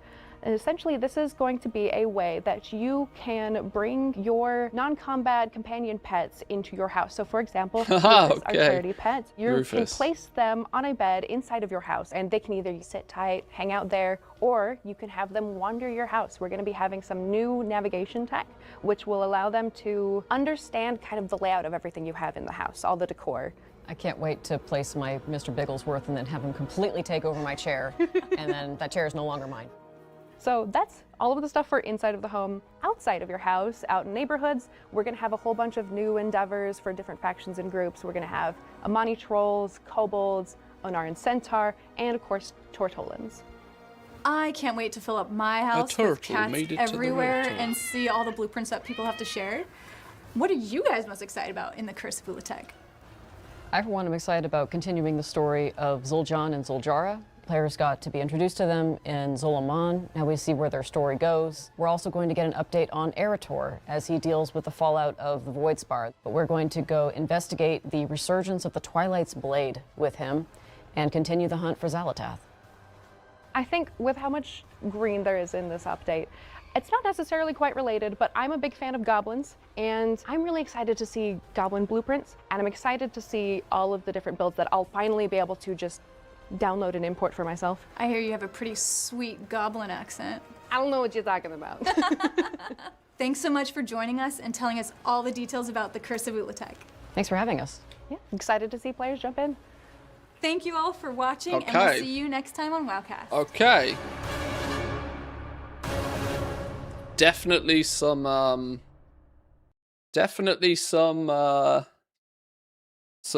possibilities there, eh? Definitely some possibilities. Pets have the opportunity to, I mean, I wouldn't say go, you know, wouldn't say hop off, but, you know, revitalize some pet sales for sure. Great opportunity for somebody to build a library database repository website for builds. Let's see who wins that race. Yeah, I wouldn't be overly surprised as if some people are already on it. That will be an early bird catches the worm, and that sort of stuff basically ends up being usually is only ever one winner. Whoever gets one that's good and functioning will just win that race and will just claim ownership of like the housing, import, export location. I mean, it's got to be an add-on. No, it probably won't be an add-on. It will be a website like flipping wowhousingblueprints.com. It's coming. It's coming. There'll be one that will end up just being like the go-to place. All content creators will share theirs on, you know, a website and whatever. It'll happen. It'll happen with any of these games where there's been import exports. There's always been one place that's ended up being the place to get them from. But yeah, housing is going to decor that little shopping list. If we can go back to it, that little shopping list thing, like round. Yeah. So here you can. Oh, where's it gone? So yeah, when you get to see the blueprint, you'll see how many of the items you own, how many items that you're missing. You'll also the reason it'll be a website is because you'll be able to go to like navigation and viewing all of this stuff is made just so much easier in an external website than on an add-on. You'll be able to log in with your BattleNet that will have, the ability to show you exactly what items you have and you own, and then the website will be able to do things like filter blueprints, complete blueprints only, right? Don't show me things with stuff I don't. There will be, unfortunately, a toggle. No crafted decor will definitely be a toggle because there'll be some people that just won't want to pay the price or craft it themselves. But this is what you'll be able to do on a website. One will pop up for sure. Facilitates all of this. The way that they look to be doing it is just with very simple sort of like, where was the, I don't know. There was a slight screenshot somewhere of just the and exactly what you're missing, which parts of it, and for certain things that are missing, you're going to be very able simple to import copy-paste anyway. code. So, for example, if you have everything but you're missing like 2 chairs. Oh, I don't know where it was, but yeah, I think it's going to be pretty good for decor in general. There was definitely a sneak peek into new materials. I can't remember where. What do we think about this thing though? Alt of Corruption, zone-wide borrowed power system. Zone-wide borrowed power system. It does feel very Shadowlandsy, doesn't it? It's great that they're still putting in a lot of work to enhance the housing, though. Yeah, I've had the thought that a lot of people are a lot of people feel a bit sad about housing. But in retrospect, you got to look at it from the perspective we're about 5 minutes into housing even existing. We're about 5 minutes into housing existing. It's not going anywhere anytime soon. It was always going to take them 18 months to 2 years of having it in our hands before it gets like good. With a system this monumentally big, it was always going to be a bit of a slow burn whilst they, get it all up and running. This has got goblins wrote all over it though. Cursed fishing and envenomated, probably not here, envenomated gathering. Now, is this going to end up being new gatherable materials, or is it just a different node with a different annoying thing that it does to you when you try and try it? Are we still going to have the same gathering nodes, I wonder? But there's opportunities there. I imagine by now all of this has been data mined and everybody's figured all of this out, right? There were 2 new node types. Okay. Let's have a little read through the dev notes. Before I do that, there's ads in progress at the moment. So for those of you that can still hear, I'm going to quickly take a bathroom break, double check on Solar, and then we'll have a read through the patch notes. Put some tunes on for you again. We'll be back in 2 minutes.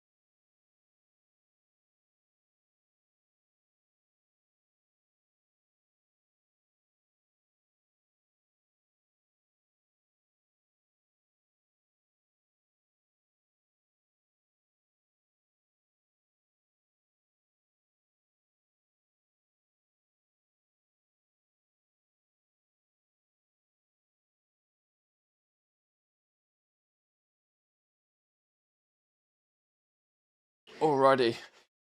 Okie dokie. Solo's chilling. He's still all drugged up. He's snoozing under the sofa. We'll take a little bit of a look at these dev notes, and then we'll see about maybe hopping on the PTR. Although I'm not going to have humongous amounts of time today, so maybe we'll just try and catch up with news today and then actually explore a bit tomorrow. So what have we got? We've got some new campaign chapters. Let me open at least the game up in the background. Please hold. Please hold.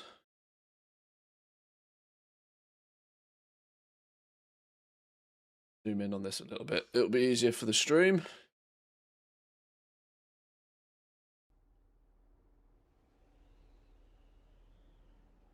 Right.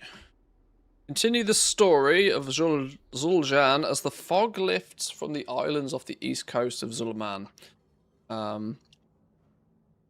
We are going to visit the Coiled Isle.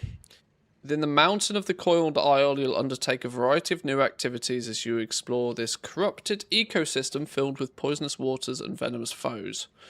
Plunge into the vaults of Utek. You're gonna have to figure out how we say all of these words. Primed for a challenging group content and rotating public events.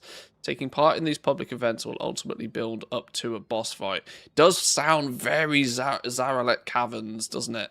Sounds very Zaralet Caverns. Back in Dragonflight again. Back in Dragonflight once again with the Zaralet Caverns.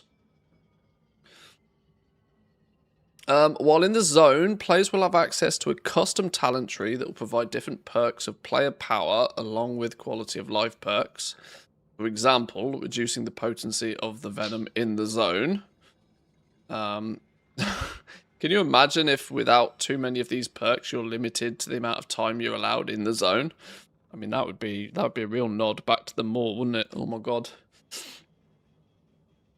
As you adventure through the zone, you'll come across Curse Surges, which will regularly spawn elite rares at 5 rotating locations throughout the isle.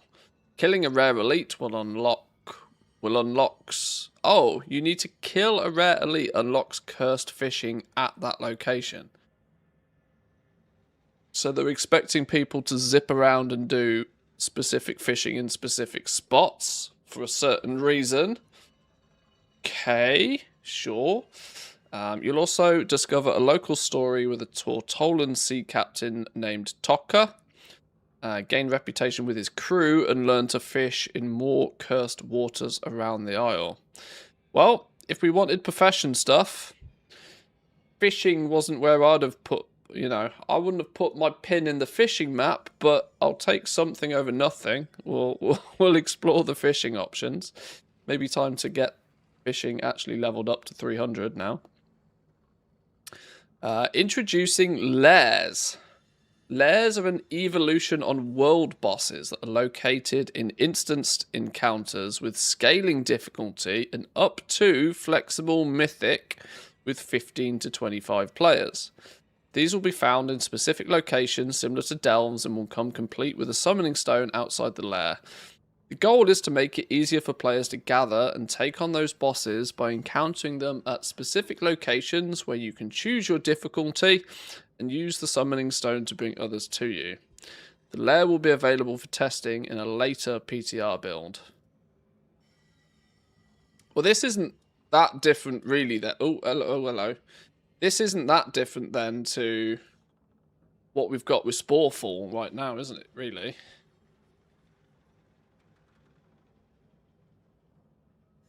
Which has also gone to prove that Flexible Mythic was a 10-minute job for most guilds that knew what they were doing.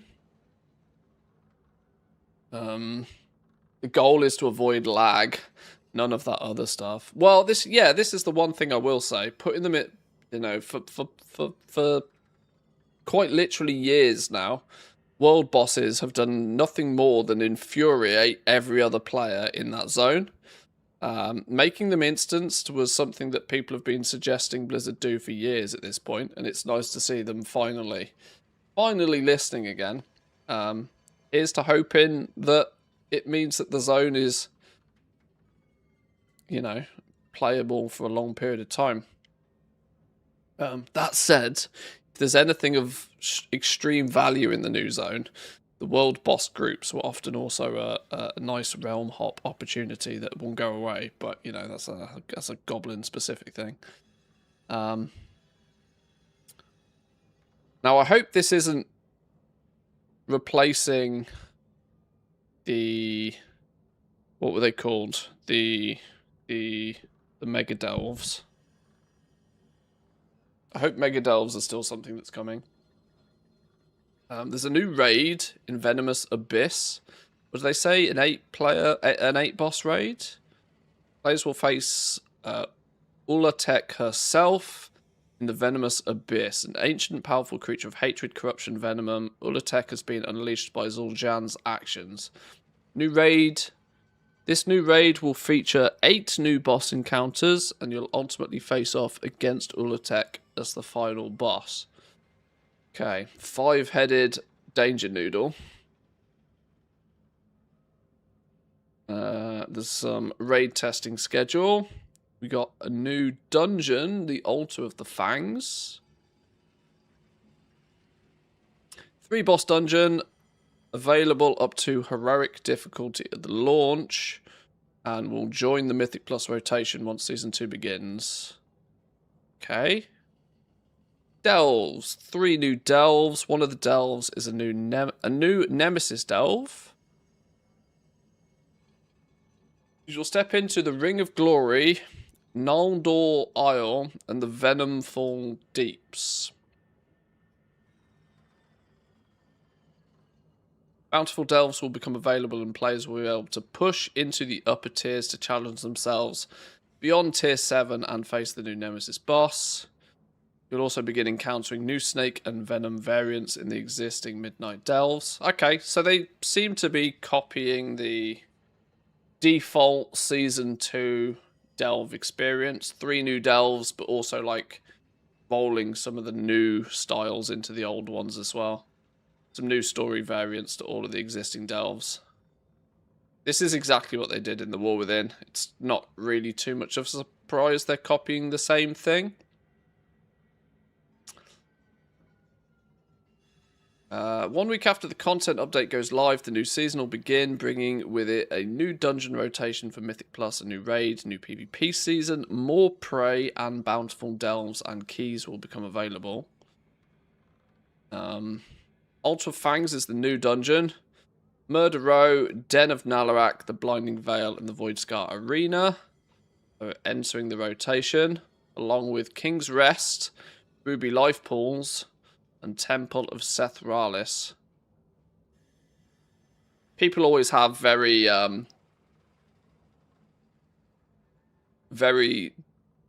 distinct opinions about certain past dungeons. But all of these sound like dungeons that kind of fit the theme, which is usually what they go for. Prey Season 2. Okay, they're called Mist Crests then, apparently, in Season 2. Veteran Mist Crest.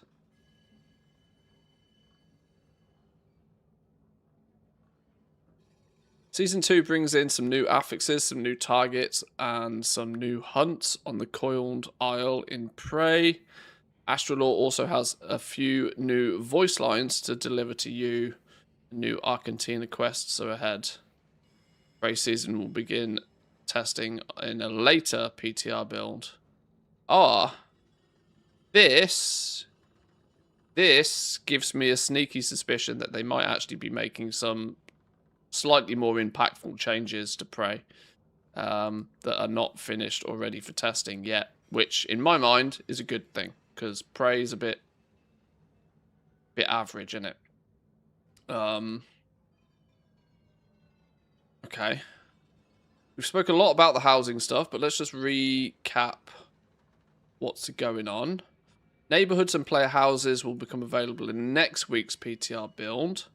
So we'll start being able to have a little bit of a look at that soon. Blueprints will let players save their housing creations to swap between or share them with other players. The blueprint codes can be shared cross-region, excluding China, with other players for them to import as well. Entire house, inside and out, just the interior only, or just the exterior only, or just a single room. Do we think that's detailed enough for blueprints? The smallest thing you can share is a single room. This isn't going to give people the ability to like look at some of those kind of cool, funky creations that people have made that are like items. They've made items out of other items. You know, people have made really interesting looking sofas and stuff like this, which is just a combination of lots of pieces of decor carefully positioned. You're not going to be able to share individual items like that. The smallest thing that they look to let you share is a single room. I guess that's fine.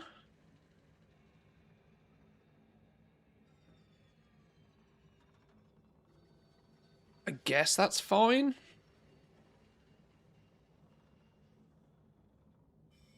Seems like you can't download somebody's custom piano. Yeah, this is what I think. I think the granular detail of letting people, that would really make the blueprints boom, wouldn't it? If you could just like take a section of something and say share this. Having it be a single room, an entire single room is the smallest shareable thing. I do kind of think. I mean, it's fine. I'm happy. I'm happy blueprints turn up in the first place, but it still feels quite restrictive.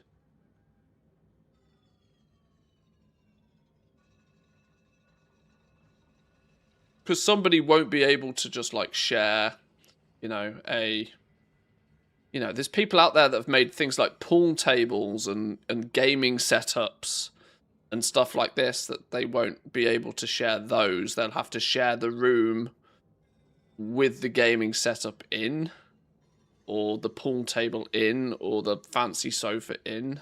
I don't know. That might need some consideration.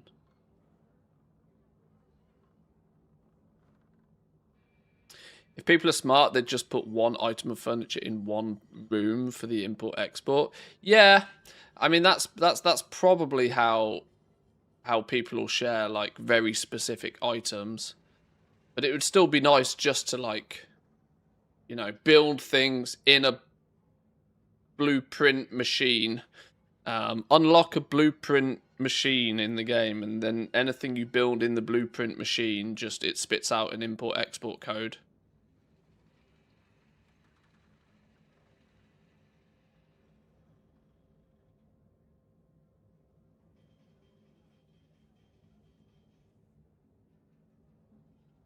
Can you pick up the combined item in one go after you import it?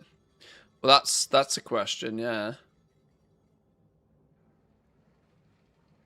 Are people gonna like save a room just for like their import room, and then whatever they import into that room, they just move it into it? I don't know. Maybe we'll see how players figure this out. When importing, a list of the required rooms and decor will be shown, including the budget that is needed, what is missing, and so on, so players know what is happening or what they need. Players will always try to do the right thing for dyed items, using correctly dyed items, potentially dyeing items, but not replacing already dyed items. Okay. Players can have up to 50 save slots for their different layouts, as well as 10 additional ones for autosaves. Autosaves are automatically created when importing a blueprint, so players can easily revert. This is crucial. This is really crucial. I think this is one of the biggest things that's held housing back so far. The fact that everything you do is seemingly permanent, And that if you want to move, you know, if you take one of these fancy custom creations that are 10 pieces of decor carefully positioned to make it look like something else, you physically can't move that. And if you just want to undo it, or I think, yeah, this is absolutely critical, isn't it? Which is good to see this come in. 50 save slots, is that going to be enough for people? Surely that'll be enough for people, right? Players now have an additional house permission called export that defaults to no one. Other players visiting a house where they pass this permission can choose to import it into their own save slots. What?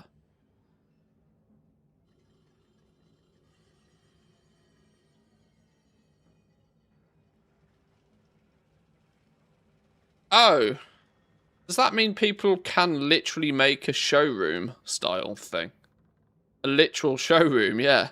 You can flag an entire room as something that is for export. Meaning that people in your neighborhood can come and view it and then decide whether they want the export code or not. That's kind of interesting.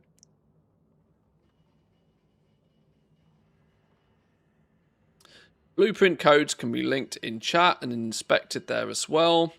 Blueprints can be reported in before sex dungeons. Matthias will be creating a house that contains all of his most expensive decor items for sale.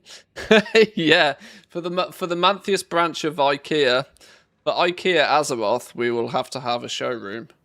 Yeah. That is literally just 500 fountains, jewel crafting fountains.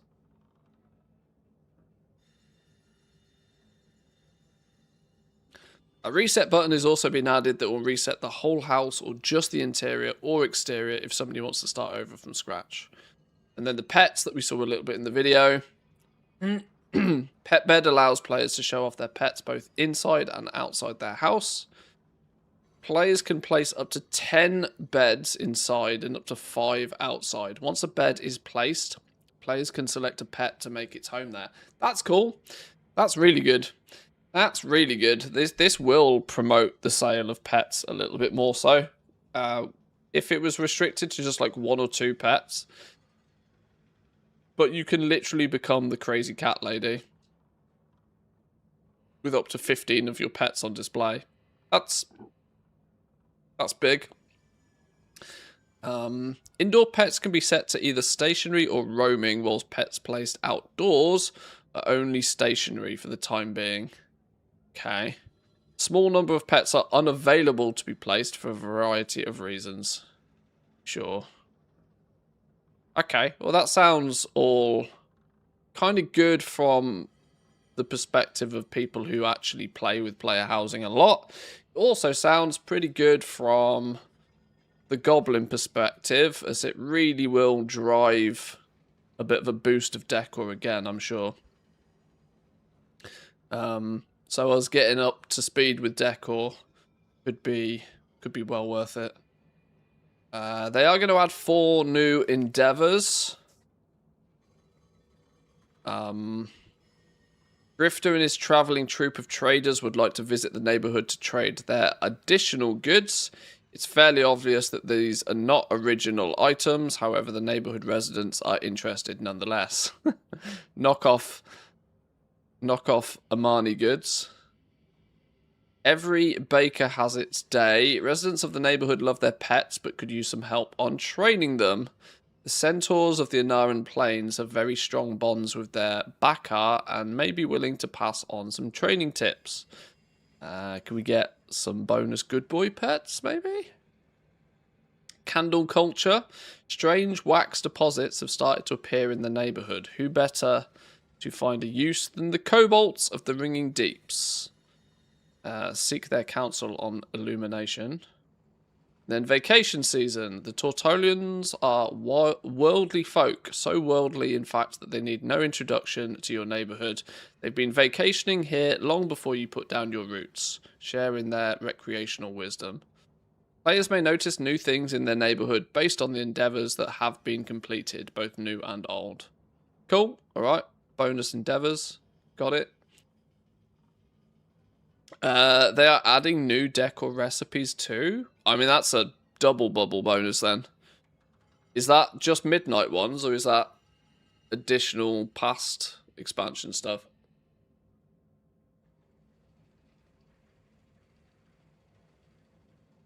We spoke about the dye system earlier.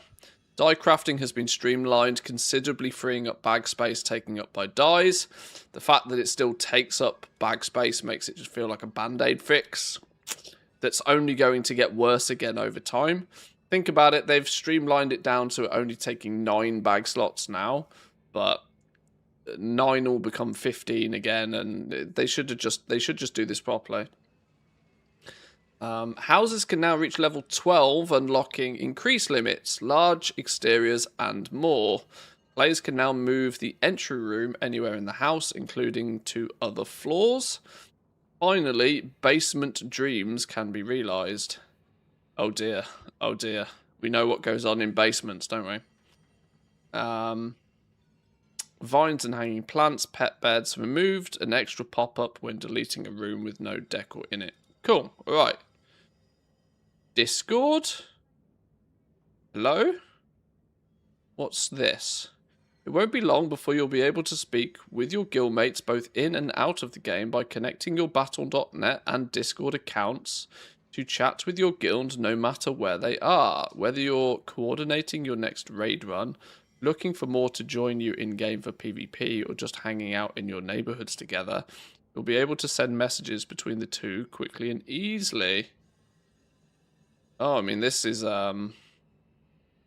wildly advantageous for content creators. This feature will be available to test on the PTR next week. We'll let you know when the feature is live and ready for testing. Interesting. Yeah, this massively benefits guilds and content creators. Oh, that's kind of cool.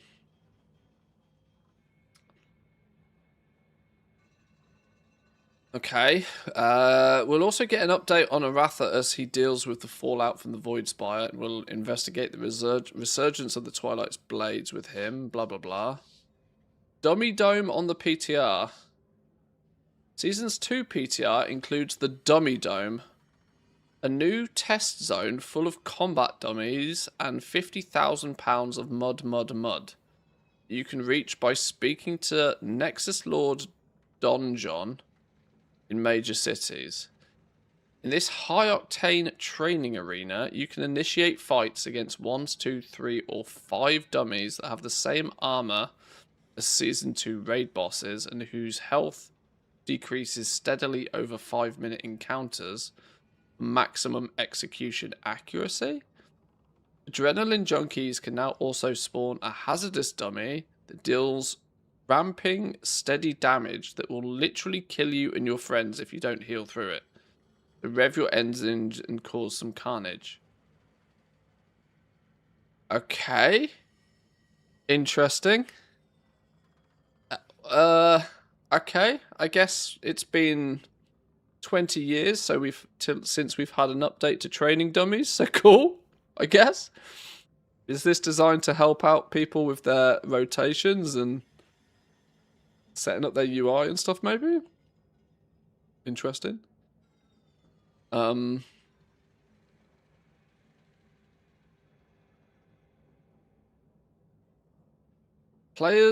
Player health and creature damage has been increased by 25% at max level.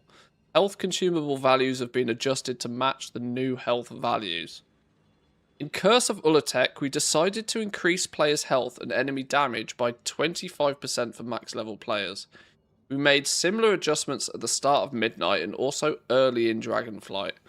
Our intent is for damage to be less spiky and for healing gameplay to be more satisfying.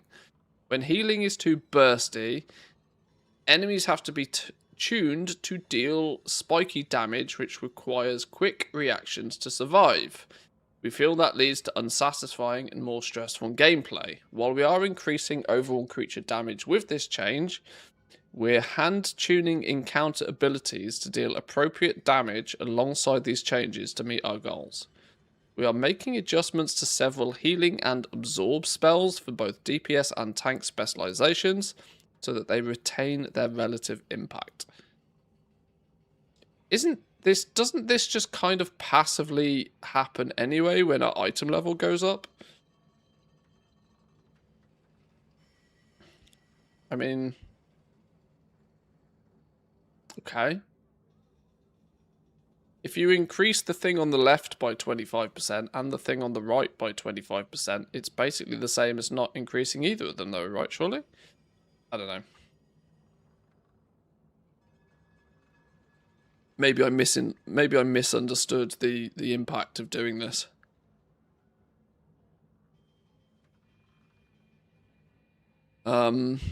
In the Curse of Tech, we're going to be lowering throughput for major DPS cooldowns for several specs and increasing their steady state damage. That's okay. Doesn't this just make classes feel more dull?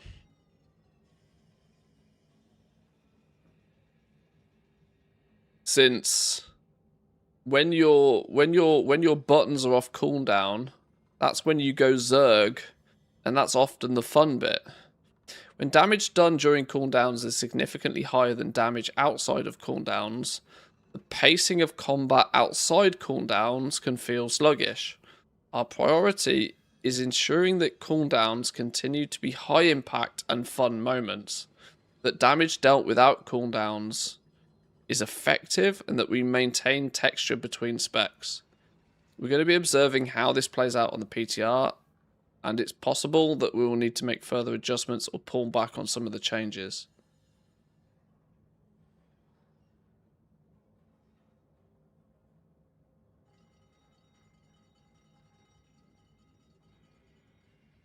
Okay. All interrupts, kick, pummel, counterspell, etc. will now display a mist visual over the target's head if used whilst the target was not casting a spell. It will also play a separate sound to represent a mist interrupt. This is intended to help players recognize when enemies or allies have used their interrupt ability, even if a spell was not interrupted.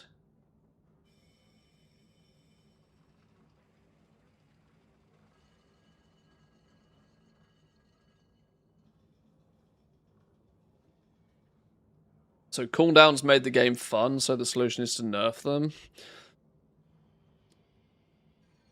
Yeah, this does sound... This sounds like one of those things that Blizzard does that. Like, what they'll do now is they'll do this. Because we've seen this before, right? They do this all the time. They've now decided that we're going to change this just so it's different to what it is now. They'll bring the impact of cooldown abilities down, and then in 6 months, 12 months time, they'll be like, cooldowns don't feel impactful enough. We're going to buff all the cooldowns by 20%. They kind of flip-flop between these things quite frequently. And I wonder, I do wonder sometimes if the amount of development time and effort that goes into these flip-flop changes would not be better used somewhere else.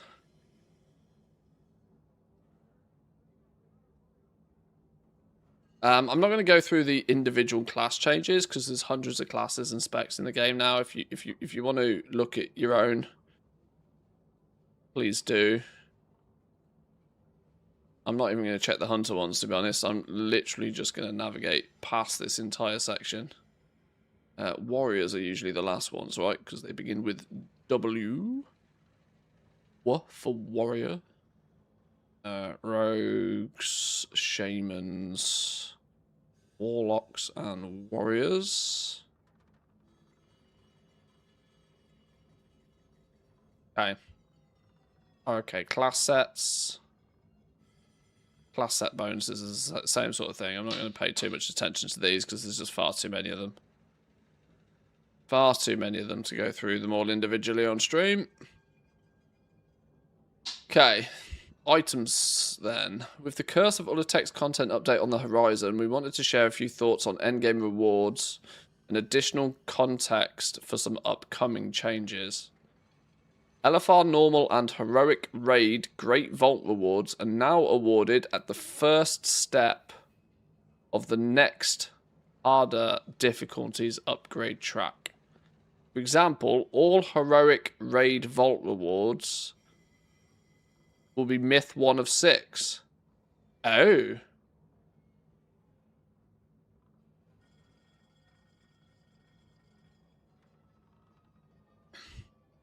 Interesting. So Myth will give normal via the vault. Normal will give Heroic via the vault. Heroic will give Mythic via the vault.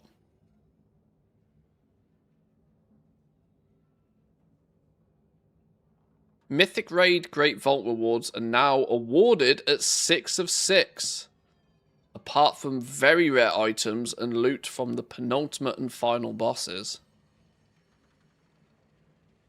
So this means, you know, if you tickle the first, what's it, an 8 boss raid? So if you're tickling the first couple of mythic bosses, you will at least be getting a piece of myth gear, a fully upgraded piece of myth gear nonetheless, from your vault the next week. This is really going to push forward steady progression for guilds, right? Surely. Surely this is going to really help with steady progression. Mythic Raid very rare items and loot from the penultimate and final bosses will be acquired at the equivalent of Myth 9, regardless of whether they are acquired directly from a boss drop or the Great Vault. So the very, very BIS items in the game, you'll still have to upgrade them a little bit. Okay, sure. I mean, that's very much going to help raid progression, I feel. Especially as they're trying to push more people into Mythic. If we start to see in 12.1 flexible... obviously, we got the new world boss, Flexible Mythic. But if Flexible Mythic starts to make a play a little bit more in the actual raid, this is going to be good. I can't see any raiders really having issue with this at all. Nebulous Void Cores. Void Cores acquired in Season 1 will be converted into gold upon the end of Season 1 and may no longer be used in Season 1 content. Upon the end of Season 1, so not the start of Season 2. So you'll want to use your Void Cores before the 12.1 patch even goes live.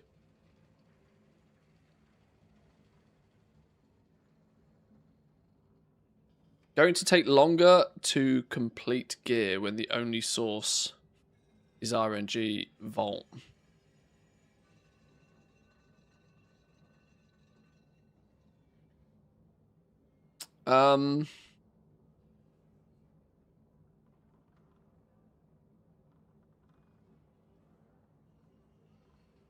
Maybe.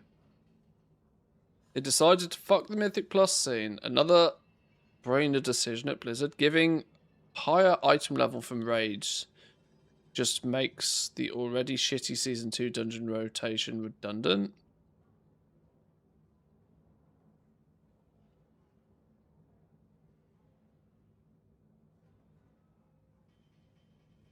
Well, I don't know what the Mythic Plus situation is going to be in regards to your vault. You like, how would that realistically impact Mythic Plus? Because just do bigger keys, yo. Surely.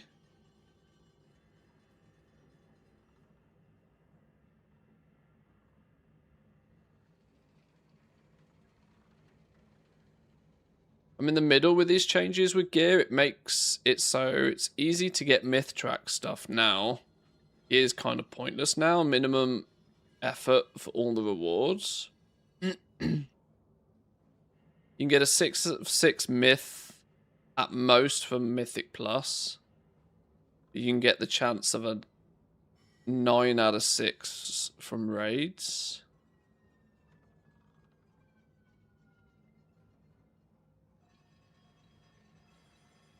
I mean, ultimately, if you're a Mythic Raider in the first place, this doesn't change all that much for you anyway. Because you're already killing and progressing Mythic bosses consistently, getting drops, getting the gear from killing the bosses in the first place. The Vault is just a nice bonus on top. Mythic Plus, you're not really held back in any way particularly. I don't know. It depends what level keys you need to do to get what in the Vault. I don't have that info here, but I can't at the beginning see why that a subtle change to one greatly affects the other.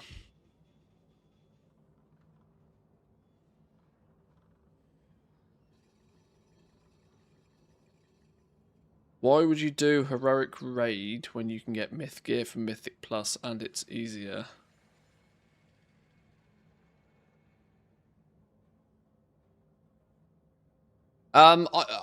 This is where it falls into the category of opinions. My opinion has long been and has pretty much always been that I've always considered that raiding should be the pinnacle piece of content in the game. To a degree, I don't particularly mind Mythic Plus existing, but I never think that Mythic Plus should be an equivalent endgame system to the raid.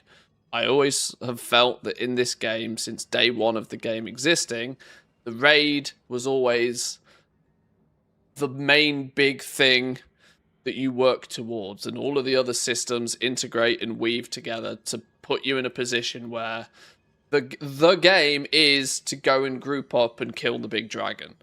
Running dungeons consistently all day long is an alternative game mode that people can use to gear up and have fun, but I still don't think it should be pedestaled as an equivalent or even the pinnacle piece of content. I still think the raid should be the thing you do, the thing that you're working towards within the game.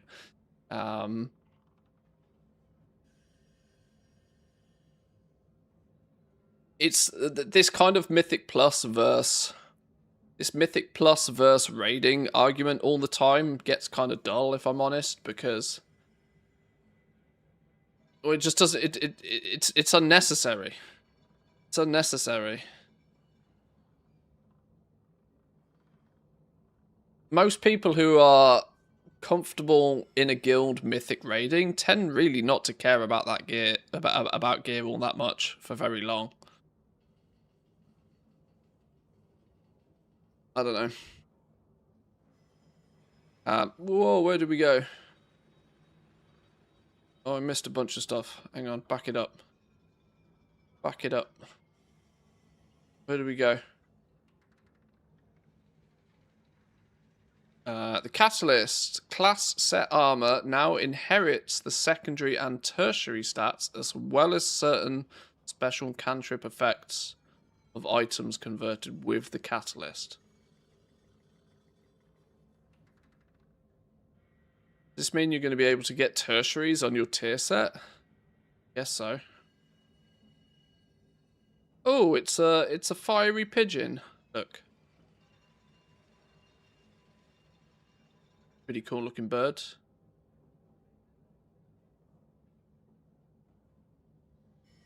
Game's changed a lot. Most of the vanilla players have no time to raid 4 days a week.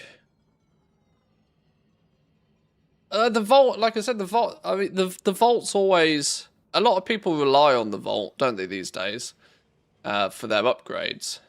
But the Vault is meant to be, or at least it's always presented itself to be, that sort of bad luck protection system in a way, isn't it? Like, okay, maybe you didn't get the piece of loot to drop from the boss this week, but if you do enough stuff in the game, I mean, it's a real good fucking engagement metric as well. Let's not mess about here. But if you do enough stuff in the game, then you'll be able to, at the end of the week, just pick something that you want anyway. It wasn't that many expansions ago. We just had the battle chest where it was just completely RNG. You got one thing and you like it or lump it. At least the vault is a little bit more flexible. But if you're killing heroic bosses should work towards filling your vault with myth gear, and you only get one piece out of the vault each week anyway. I think it's fine. It's fine.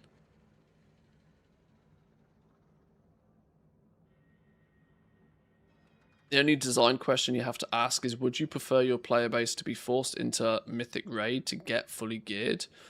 Or are they going into Mythic Raid to be the guys that cleared Mythic? I think Blizz decided at the start of this expansion, give most players the ability to get geared and let them decide if they use that gear to push Mythic Raid or high keys. I never have really seen an issue with letting more people gear up. They've done really well, I think, so far in Midnight with letting the average player slowly but surely obtain pretty high item level gear. I don't enjoy stepping foot into Mythic Plus or the endgame raid particularly, but my main character's still rocking 280 gear-ish.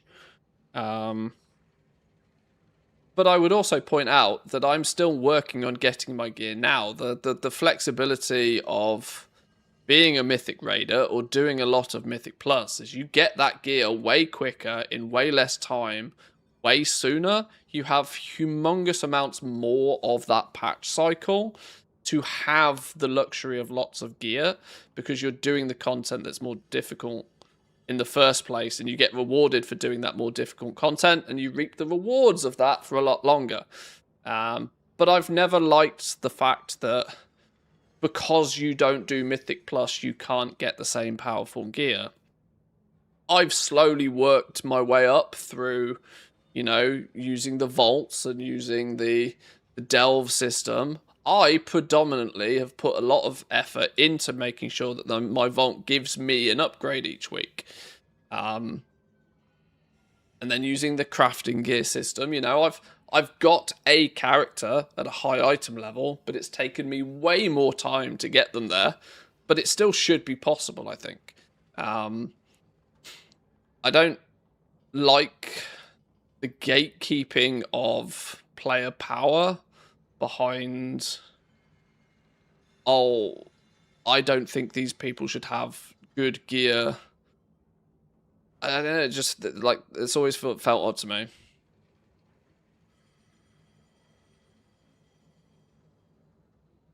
Exactly, it's more fun for you, but zero impact for those that push Mythic Plus and Myth Raid. I'd be interested to see how many more players cleared the Mythic Raid this season. I bet it's not that different from the other seasons. Mythic, certainly not. Certainly not. Yeah, certainly not.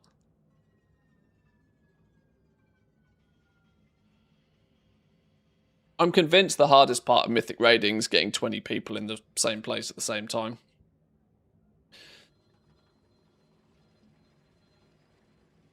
Tertiaries always get saved on the Catalyst. Now in 12.1, Catalyst also saves the secondaries, meaning people for the BOE markets will have even more of a field day, like finding that perfect piece with meta secondaries and a tertiary.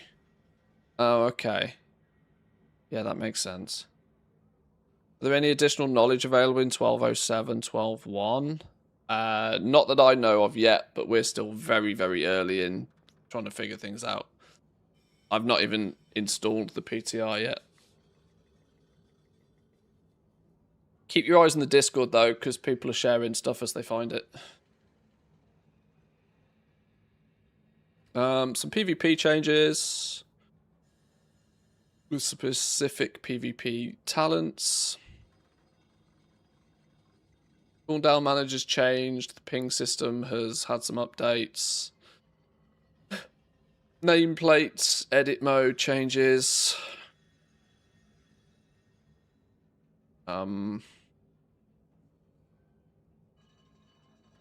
Pass between Eversong Woods and Zulaman should no longer dismount players who pass through it. Fixed several creature spawns across the entire game that could cause players to get stuck in combat. Known issues. Rares do not have their loot yet. And lumber nodes have not been placed in the new zone. Okay, so there's no actual details on any profession changes, but we know fishing is going to play a big part. We know there's different types of nodes in the new zone. Sure. We could maybe do with starting to catch up with some of the data mine stuff.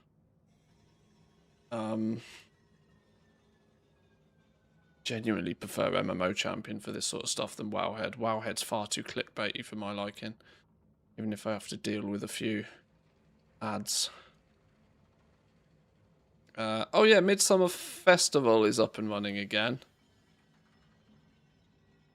Sun Festival's painted rock drops from the Satchel of Chilled Goods. Only the first attempt per day on your Battle.net will be eligible for the drop. Oh, so we need to be doing this a little bit. New collectibles.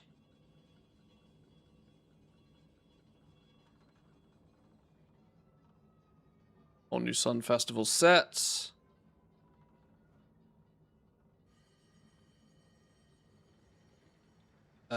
Presumably more Flamekeeper achievements, yes.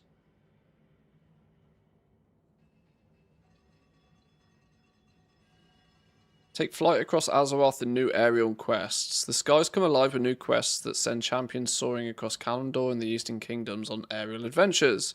Guided by a Sunwalker and a Wildhammer storyteller, who weave together the spirits of the season with snippets of the history of Azeroth's land below. Show off your flight skills and glide through drifting blossoms carried on warm midsummer winds as the story unfolds each flight path. Unlike traditional dragon riding races, these adventurers focus less on peril and precision and more on the tales told by Fireflight. Interesting. We'll have to check this out. This sounds kind of cool. Get the intro quests in Orgrimmar and Stormwind, where champions will familiarise themselves with the mechanics before taking to the skies. These quests return as dailies, with an additional challenge in Silvermoon to keep the journey going through the event. Right.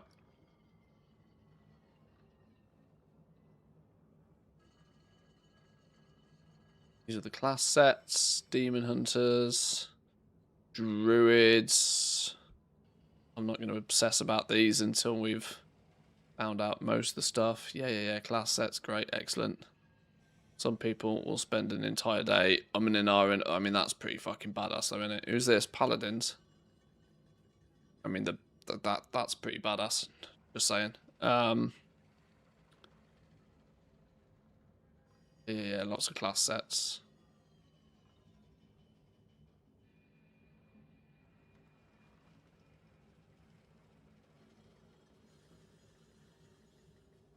Right, what was in the new build then? 183 new decor items have been added. Whew, that's a lot. A Pepe. A fish tank. New creature models.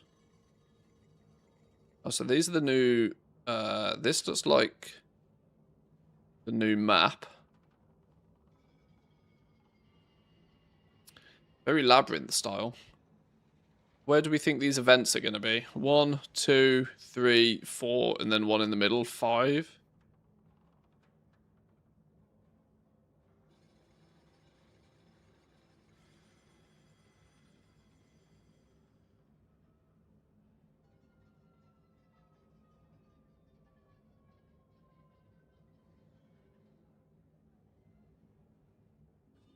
Why can't I click the close button? There we go. Oh, there's the filter for the profession stuff. Let me have a little look at this. Second.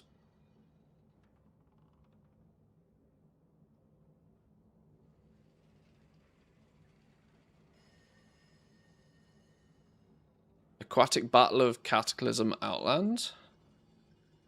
Defeat the trainers of Cataclysm with a team of all level 25 aquatic pets. Defeat the trainers of Outland. Are these new? Okay.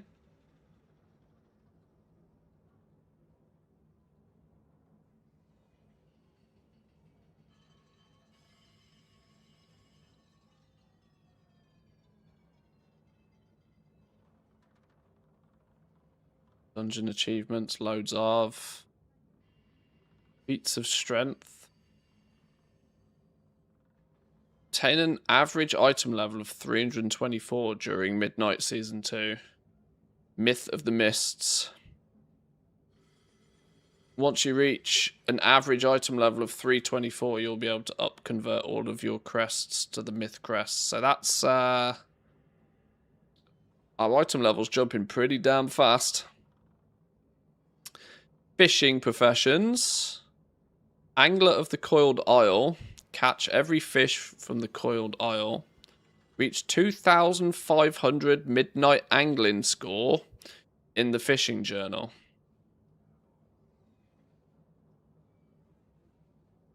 Prove your seaworthiness to Captain Tocker by completing the achievements below. Gives you the title of the Bloodsworn Mariner. We need to do Angler of the Coiled Isle, Toxic Trophies, Captain Tocker's Crew, and where did you get that? There's a mini meta achievement for fishing, boys and girls. Earn trophy rank with the following fish. Finally, some content. A meta achievement for fishing. Fish up all 10 artifacts from Tocker's departed crewmates on the Coiled Isle.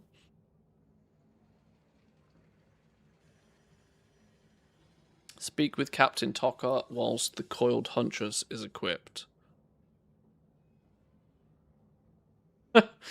Okay, we've got some fishing to investigate. Maybe I need to finish leveling up my fishing.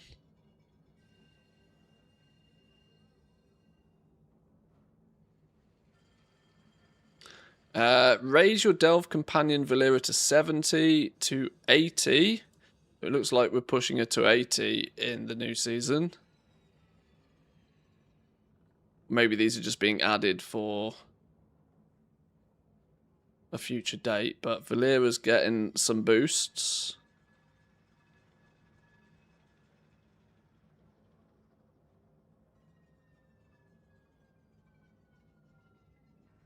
Bunch of exploration stuff.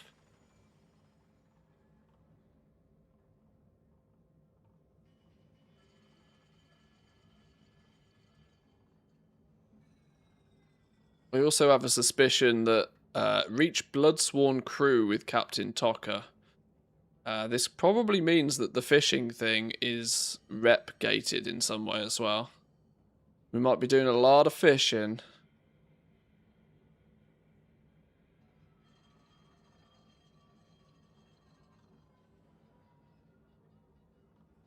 Oh, hello. What's going on with prey achievements? Kill 200 venom-bloated pythons while in hard or nightmare mode.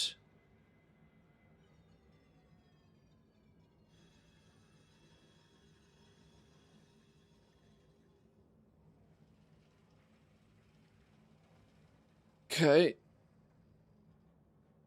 CDMSN.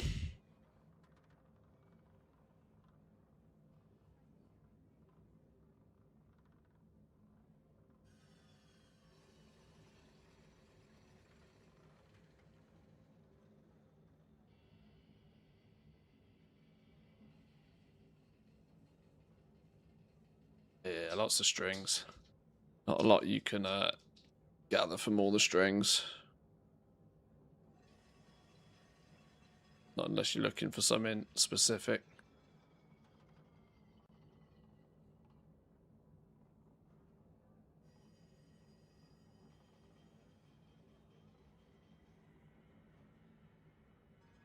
currency types, new crests. Adventurer, Champion, Hero, Myth, and Veteran crests. So Myth crests used to upgrade Myth equipment in Midnight Season 2 up to item levels 315 to 328. When used for crafting, sets the item level of the resulting item to 324 at quality 5. So you're still 4 item levels short with your crafted gear, but it's still going to put the crafted gear in you know, as good little upgrades for people, especially if the embellishments are still worth having. That's a bit of a job for the simmers.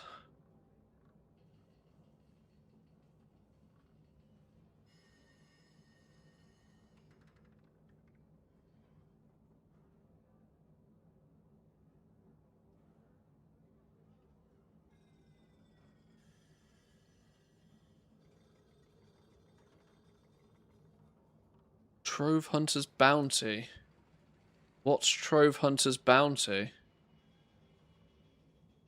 Champion Myth crests earned from the following activities: weekly outdoor events, normal raid, mythic season dungeons, mythic keystone dungeons, delves tiers 7 through till 10,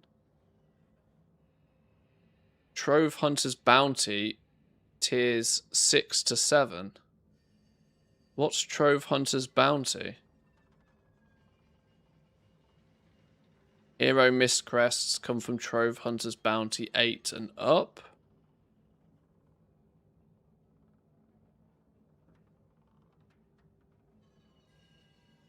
The extra chest when you use the map. Ah, yeah, okay. It's your Delve map, yeah, of course. I've never ever actually known what its real name is. It's just the Delve map. Okay, that makes sense. Hero crests from tier 11. Myth crests start dropping on +9s.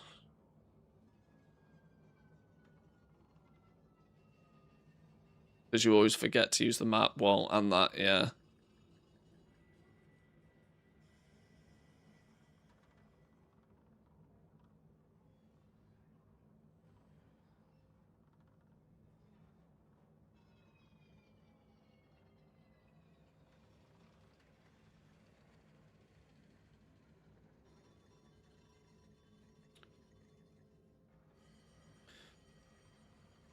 Coiled filament. Coagulated morsels siphoned from potent venom. These can be exchanged with second mate slugs for rewards. Coiled filament. This is clearly going to be something. You fish a currency, you exchange it at second mate slugs for a reward. Who's second mate slugs?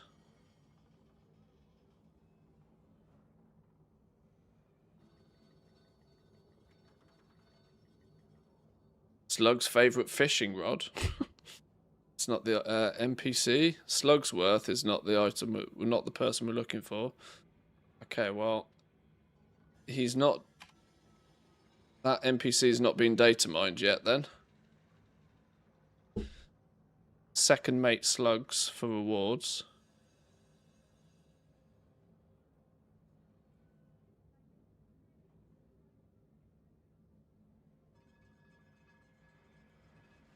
Oh, have you, there wasn't much on him. Oh, you've already found him, have you? You've already found him.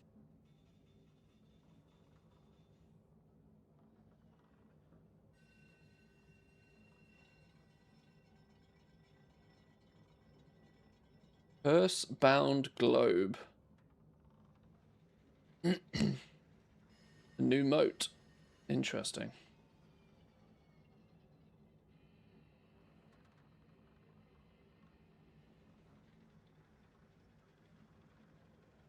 A strong fishing pole, a sea-dwelling isle serpent, envenomed gavel.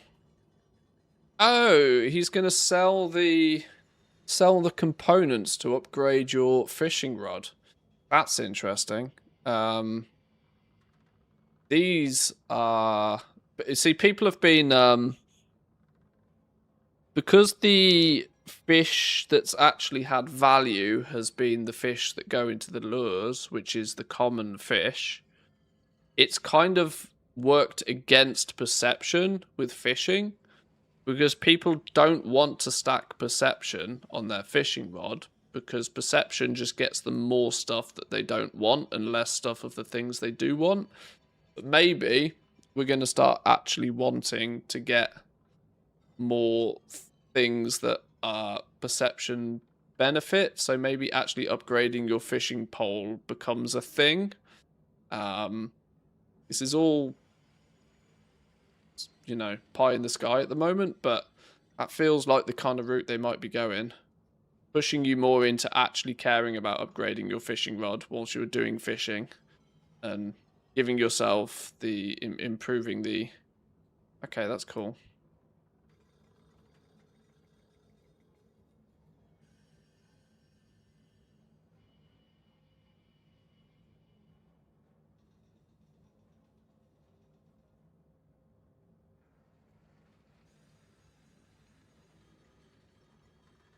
Tidal crafted, Venom cursed, are 2 new item name descriptions. I wonder what Venom cursed means.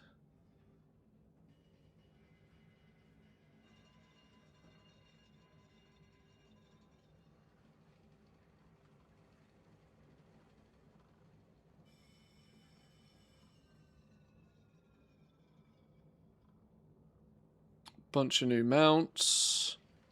Always a bunch of new mounts.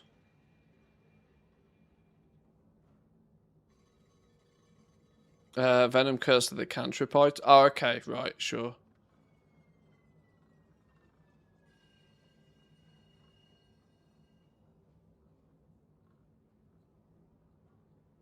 Skills, professions, hungry Tortolan, feed the hungry Tortolan. Okay, sure. That leaves me with more questions than answers.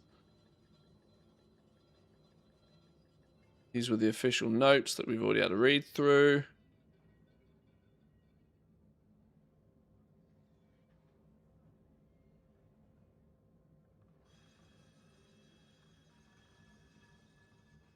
New creature models.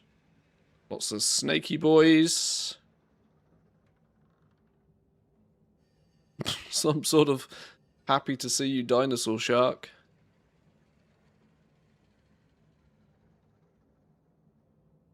Big lizardy things.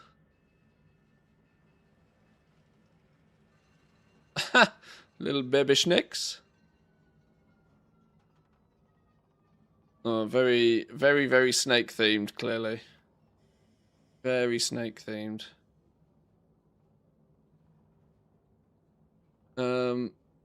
Lots of different outfits for the putty cat.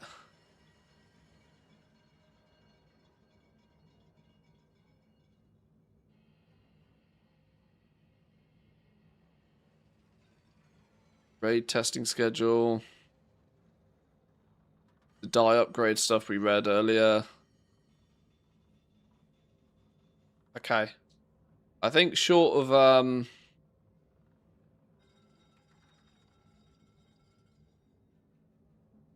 Curse of Ulatek endgame reward changes. With the Curse of Ulatek content update on the horizon, we wanted to share a few thoughts on endgame rewards and additional context on some upcoming changes.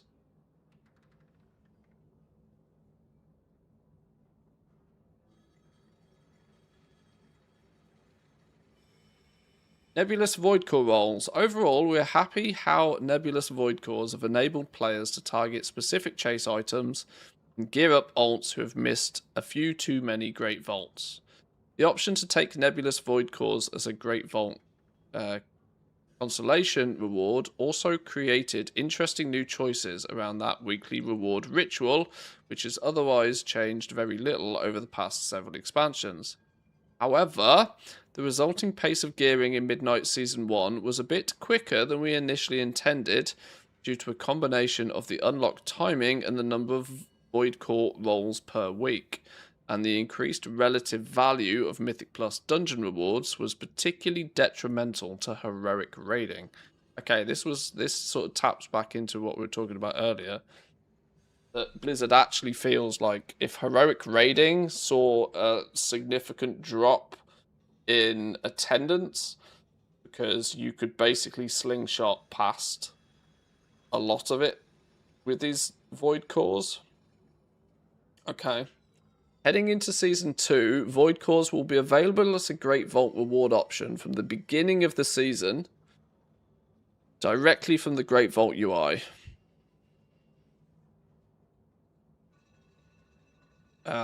Orin has relocated to the Catalyst in Silvermoon to continue his work. Once players have helped Orin kick off his research at the start of the season, he will require 8 weeks before being able to provide players with 1 Nebulous Void Core each week. Orin is significantly more independent than Demiscus and will not require additional weekly quest efforts from the player during his research. So they're still time gating the Void Cores by 8 weeks. They're just not making you have to do a stupid quest every week to keep it ticking over. Okay.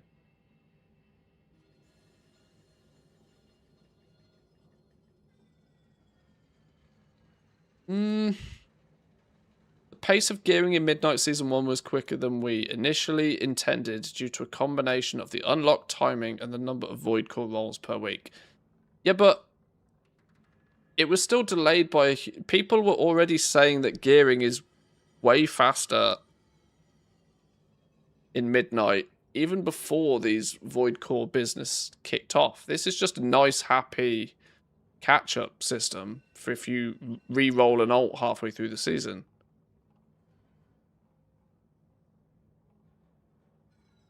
And then they've just basically gone to say that it's going to work basically the same, that you have to wait 8 weeks before you get one anyway.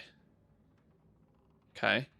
Immediate access to the Void Cores as a Great Vault reward is intended to allow players to begin progressing towards their desired items from the start of the season in a way that offsets the reduced quantity and later timing of supplement. Oh, so they're probably just going to give you so you're probably not going to get... Oh, 1 Void Core a week. That's the important factor I missed there. That's the one... That's the factor I missed. So we're not going to get 2 per week. We're only going to get 1 per week. So they're nerfing the Void Cores when they're given to you for free each week, down from 2 to 1. But you can take them from the vault from day 1 if you just get a real stinky vault.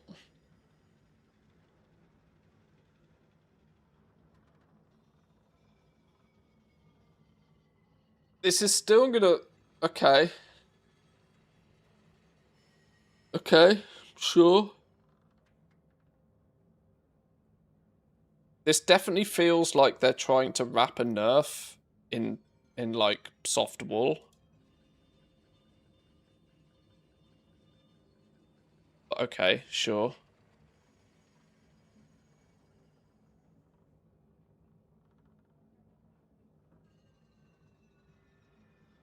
The value of raid rewards to better reflect the time and effort required to defeat raid bosses and align with the reward value proposition of Mythic Plus, we're making several significant changes. Great Vault rewards for raiding will now behave in the following way. LFR, Normal, Heroic will always jump to the first step of the next upgrade track. If you do LFR, you'll get something normal in your vault. If you do normal bosses, you'll get something heroic in your vault, and so on. Nebulous Void Core costs will also be reduced from 2 to 1 for raid items. As in Season 1, the power of items acquired with Void Cores is aligned with the equivalent Great Vault reward for that content. Okay.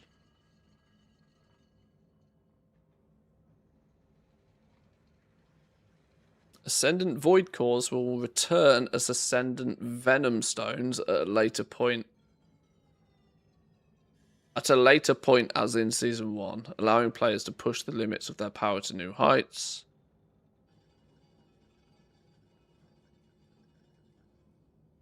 In addition to weapons and trinkets, players will also be able to upgrade their necks to a maximum item level equivalent to Myth 8.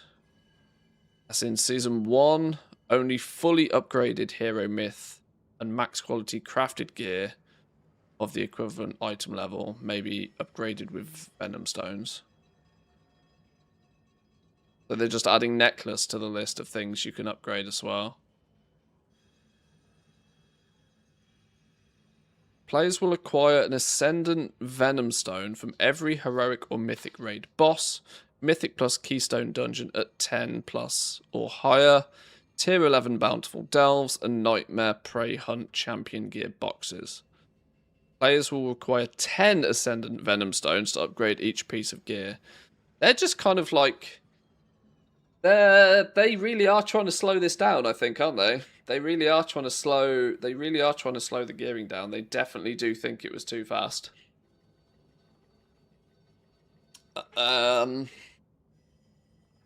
Which for me, I'm not going to lie, is a bit of a disappointment, because I actually felt that it was quite refreshing that if you started halfway through a season, you could still quite rapidly catch up and get some reasonable amount of gear. I mean, for example, at the beginning of Midnight, we took the first month and a half to just go play Professions, right? Yet still were able to, without having to rely too heavily on too many weeks of vaults, to do some delves and catch up. Gearing this season was way too fast.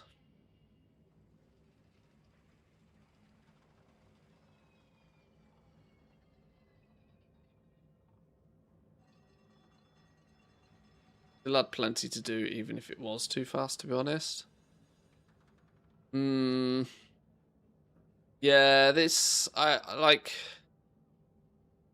basically means that they're gonna give you got 2 trinkets, your weapon, and now your necklace. So you're going from 3 upgrades to 4, but they're also doubling the amount of content you have to do for each upgrade. So whereas it took you 15 Mythic Plus dungeons to gear out your 2 trinkets and your weapon, you're going from 15 Mythic Plus dungeons, you're getting a necklace upgrade as well, but you're now instead going to have to do 40 Mythic Plus dungeons. Add one item that they can work on, but then double the amount of effort you need to upgrade each one.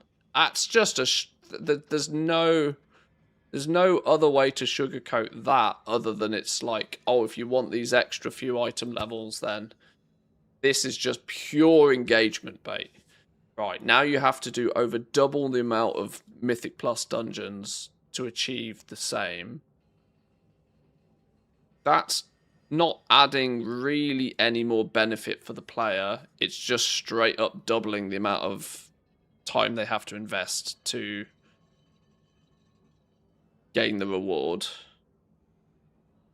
There's no extra gameplay loop to that. There's no extra challenge. It's literally straight up, you just have to do twice as much content. You just must play the game for twice as long to achieve the same. So that's easy engagement play. This, I think, is fine because you don't ever really want to diminish normal heroic or heroic raiding because they are meant to act as stepping stones to mythic raiding ultimately. Having hero gear be so readily available from, you do tier 8 delves, for example, which are very quick, especially with Valera not being completely useless anymore. You could get hero gear pretty straightforward through solo content, which kind of probably means that if there was a dip on any of the engagements for the raids, it was probably normal and heroic. Probably about the same people were progressing and doing mythic. Probably didn't see an increase in it. Blizzard probably wanted Blizzard probably wants people to end up doing Mythic raiding, sure, but they don't want to do that at the cost of people not doing Heroic. So they still want to incentivize people to go and if nothing else, pug and clear the Heroic raid, right? This could greatly incentivize some more pug raiding. Now, I don't think pug raiding is the best place to be, but if it gets people into the normal and Heroic, probably not so much normal, but if it gets people to start pugging a few bosses in Heroic each week, just to give them something of myth quality in their vault. I was in a position where I either did a Mythic plus 10, or I had no... A Mythic plus 10 was realistically my only access to myth gear this season. But pugging a few easy bosses at the beginning, the first couple of bosses in the Heroic raid each week is not going to be too difficult for most people, but it'll put something of value in the, a stretch goal for the solo, a way to get solo. Those players who've gone through Delves, they've gone through Prey, people like myself, really, I've not really felt the need to touch the raid much at all this season. But I was put in a position where if I want myth gear, I have to go do a Mythic plus 10. And I've done it a couple of times just to get something in my vault that's worth getting. I think this will probably incentivize some pugging of the first couple of bosses in Heroic, which is only good for the raiding scene generally. The Void Core changes, though, giving you only one per week, still making you wait 8 weeks before you can get them reliably, unless you choose to sacrifice your vault reward for one. Let's be real, most players in the first 8 weeks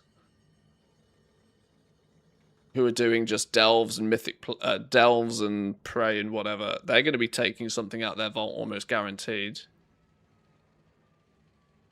I have a couple of choices: get up at 5 AM to raid, pug, or buy a boost.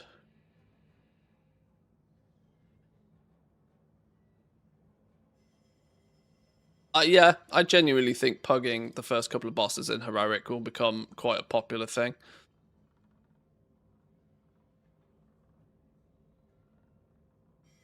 This is a bit stinky, though. This is just... There's no other way to sugarcoat this. This is just a straight nerf to people's time. This is like, oh, you liked upgrading you liked upgrading your trinkets and your weapons. Now you just got to do it twice as much. This is just a straight nerf. Bit gross, but... See, the thing for me is, right, I don't mind... I don't understand why people are like, it's too quick to gear up. I don't understand that mentality, because all that does, for me, if you gear up a character relatively quickly, most people are not going to go, oh, I'm done now, I log off. I'm done now, I log off. All it does is it prevents an opportunity for people to have ults, and they just do it again. They do it again on ults.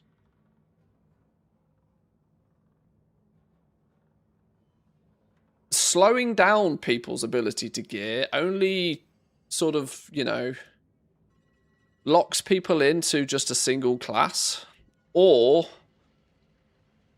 doubles the amount, or greatly extends the amount of time they have to play the game in order to keep ults up to speed as well. I genuinely have never really understood too much the problem of being able to gear up quickly if you want to. Some interesting changes, though. Interesting all the same. Right.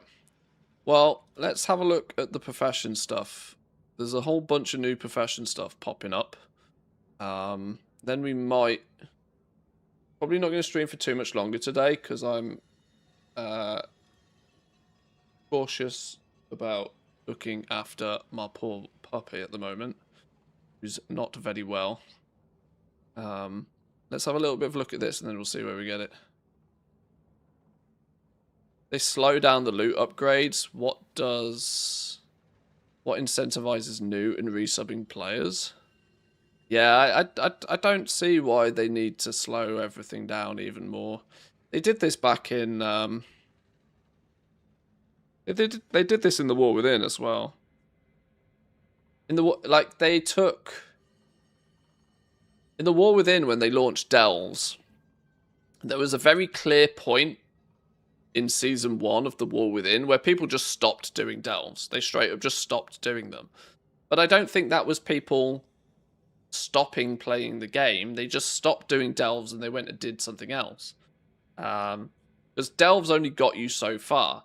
And so in season 2, what they did is they added the ability for you to, or the reason for you to do Delves more frequently every single week, stretching out the amount of time that you needed to engage with that system. But it simultaneously meant that you were less likely to play alts because you felt like you were, like in season 2 of The War Within was when they added the very small drip feed of myth crests, I think.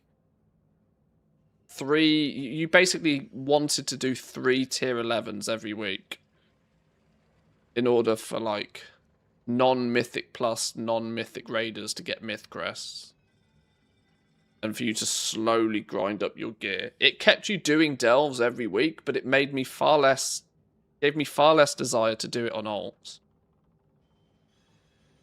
I don't know. Either way, let's have a look at new added in 12.1.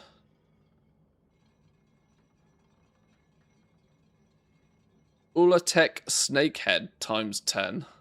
Blood Hunter times 20. Cooking Spirits and Thalassian Fillets. Throw the fish back into the water to gain midnight skill, throwing multiple fish. Okay, so there's a new fish, a rare fish from the Coiled Isle. We bought and sold on the auction house.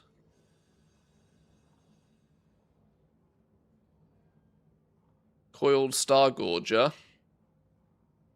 Same again. Couple of new fish then. Cursed Brilliant Silver, Cursed Umbreal Tin. A higher grade of silver, Brilliant Silver's shine is as unmatched as its magical and conductive properties. It's highly sought after as the epitome of form and function. This deposit writhes with Ulatek's curse. Standing near it makes the air feel heavier, as if drenched in the rage of every soul sacrificed on the altar of hubris. Okay.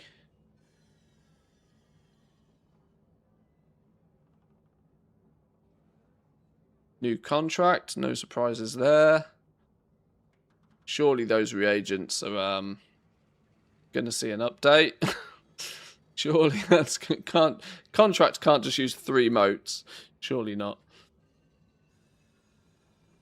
My friends took a break from the game, say 1 to 2 years, and wanted to come back and start playing Mythic Plus with friends that are currently playing. How would they be able to catch up? Play Mythics with friends in regards to gearing?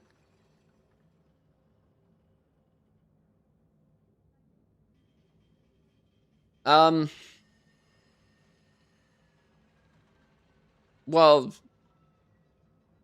they either start at the beginning of the season or the catch-up mechanics start kicking in 8 weeks into the season. There's that early season buffer of 8 weeks, a 2-month period where there isn't catch-up particularly, and I only think that that's good. That incentivizes people to come back and play at the beginning. 8 weeks later, the catch-up system starts kicking in. You start being able to get a void core every week, and then you start to be able to sort of target farm specific items of gear you want. That's how, there's that period of 8 weeks where there is no catch-up, and your example is quite true that, people don't catch up. They just have to grind. But that's the seasonal aspect of the game that we live in now. There are periods of time where there's no catch-up. You either play from the very beginning or you wait till the catch-up kicks in.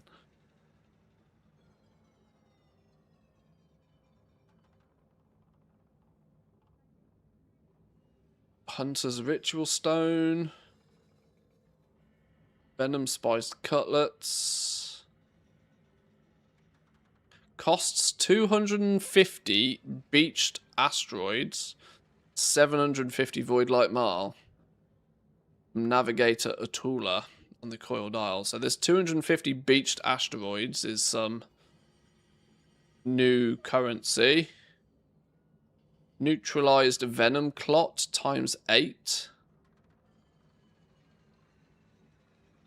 All that remains after neutralizing venom on the Coiled Isle can be bought and sold on the auction house.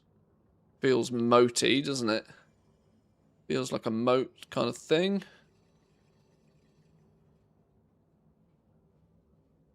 Seems to be present in a few cooking stuff. There's also Curse-Bound Globe, which has a very similar icon. Makes me feel as if these are like two new moat-style materials, potentially.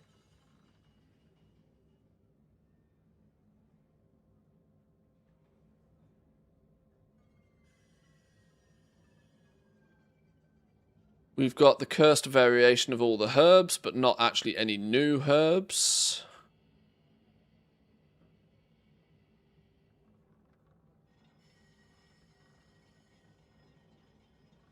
Oh, this is an interesting one. The ability to refine crystallized glass and dusk-shrouded stone has been added. So you can take 10 quality 1 stone and turn it into a quality 2 stone, and 5 crystalline glass at normal quality and turn it into a high quality crystalline glass. This will lift the floor price of normal quality glass and stone, but it will also bring down the ceiling price of the high quality stuff. You won't technically have to prospect quality 2 or in order to get these materials at high quality anymore. And considering often via prospecting, way more of these get created than is ever consumed, hence why normal quality glass and stone is basically in the bin in terms of price. They're byproduct materials from quality 1 prospecting. They will actually have some value, so it will bring the ceiling and the floor price closer together with this conversion mechanic. Kind of a system that you'd have expected being in from the beginning, but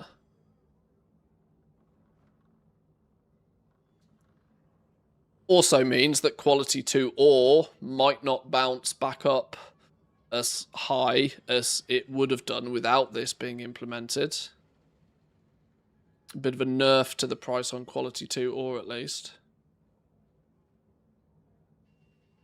Permanently attach a mechanical compression array to a helmet, allowing you to deploy Rocky and slowly fall for 2 minutes. Source is via Thalassian recipe in a bottle. Via fishing. Can be sold on the auction house. So another recipe for the auction house.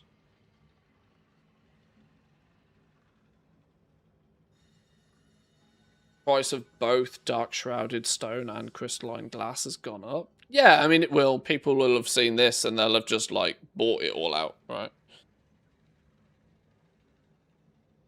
You know, the ceiling price for high quality comes down, the floor price for the normal quality stuff rises. That's quite quick and easy to see. That's what's going to happen.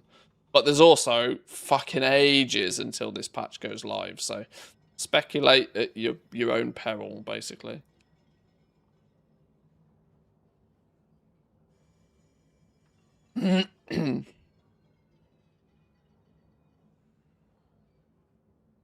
Catch all of the midnight fish you can to raise your score.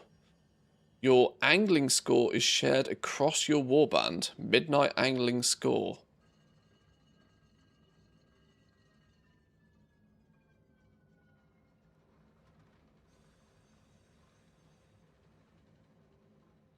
There was something else we saw earlier about an angling score. It looks like you just need to do a bunch of fishing. Okay.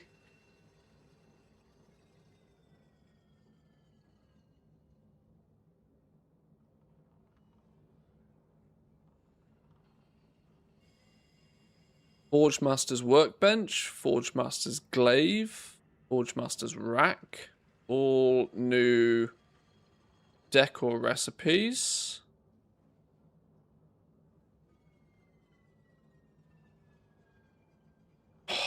Shit, we're going to be fishing, but these recipes in a bottle. Recipes in a bottle. You're going to be fishing, and you're going to get a recipe, and you're going to sell it on the auction house, and you're going to make loads of money. 150 Moxie for this recipe. Is every profession getting like 3 new decor recipes? One coming from Moxie. One coming from, presumably, oh, it's got 500 blood summonies. 150 Moxie. Eversong Trout. Cost 50 bulbous benthos. That's an uncommon currency. We saw a rare version of that currency earlier. What was it on?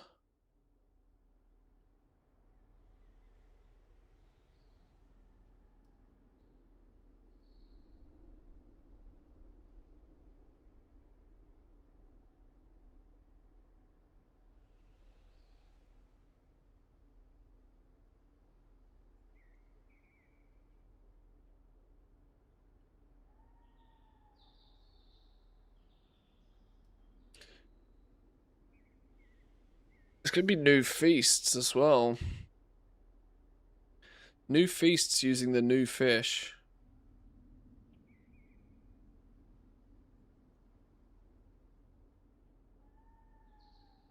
It'll take a little while for my brain to process all of this, but nice to see some new decor stuff come in. A lot of stuff listed as recipe in a bottle.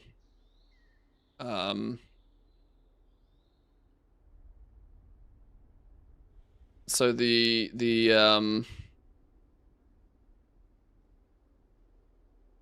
there's at least some goal making opportunity there at least.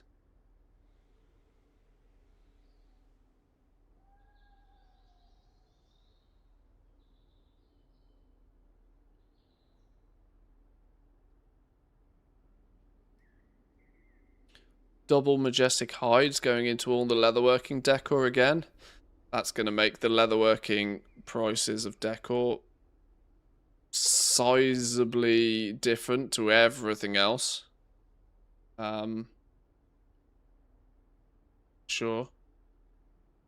A lot of these don't seem to have, you know, proper mats attached to them yet, though.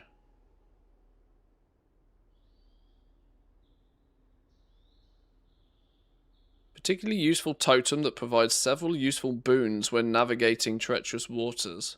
Blood hunters will not attack you whilst catching them. You can water walk, and the detected range is going to be reduced. Who makes that? Oh, you need that via fishing. You take 3 blood hunters, 30 dirty darters, and 6 sulfurous sludge fish to make a multi-ward. God, they really are going elbow deep with the fishing stuff here. Concentrated Silver Moon health potion. Well, it doesn't say what it does yet. New potions is always interesting. Liquid Luster takes one of these venom clots and the curse-bound globes. New Vantis rune, no surprises there. Odious alloy.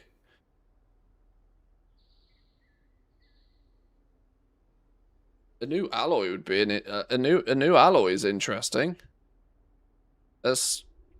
Surely that would mean if there's a new intermediate material such as an alloy, it then has to be used somewhere. Unless it's specifically for making, ends up being specifically for making the decor, for example. You know, you got your Forge Master's Workbench, Forge Master's Glaive, Forge Master's Rack. It kind of makes sense that that alloy becomes an intermediate material just for crafting these, possibly. That seems logical to me. Feels a bit clunky to make a new alloy unless there is also new crafted gear that is made with said alloy. You wouldn't retrofit old stuff with the new alloy either. This has just got to be for decor. This has got to be for decor.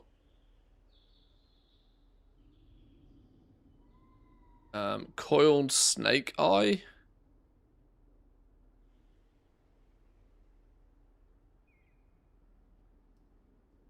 Yeah. That's what I'm thinking, you know. I'm thinking most of these new materials are just going to end up being tacked onto the new decor recipes. The new decor recipes don't seem to be fully padded out with their materials yet, you see. I reckon some of these new intermediate mats are going to be, like, for the decor stuff. Your engineering decor, your jewel crafting decor, your blacksmithing decor. New enchant, though. What's this do? Petrified roots and wild motes of magic, plus a bunch of others. Granting you X amount of a random secondary for 15 seconds and favours your highest when you're above 80% health. All the new fish, of which there appears to be quite a few. Venom fishing, temple fishing. Skill 225, skill 300. Get your fishing leveled up, boys and girls. Get your fishing leveled up. You might be doing a lot of fishing. 3 new jewel crafting. Clearly decor recipes, because they're using lumber, right?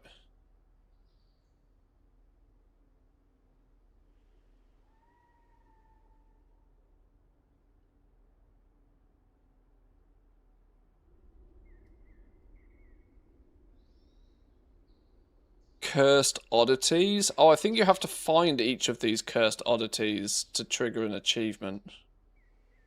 Is, I think, what this is.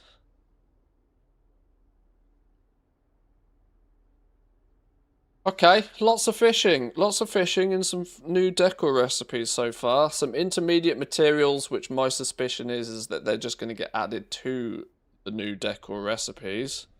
1 new weapon enchant, and then your standard Vantus rune and healing potion, interestingly.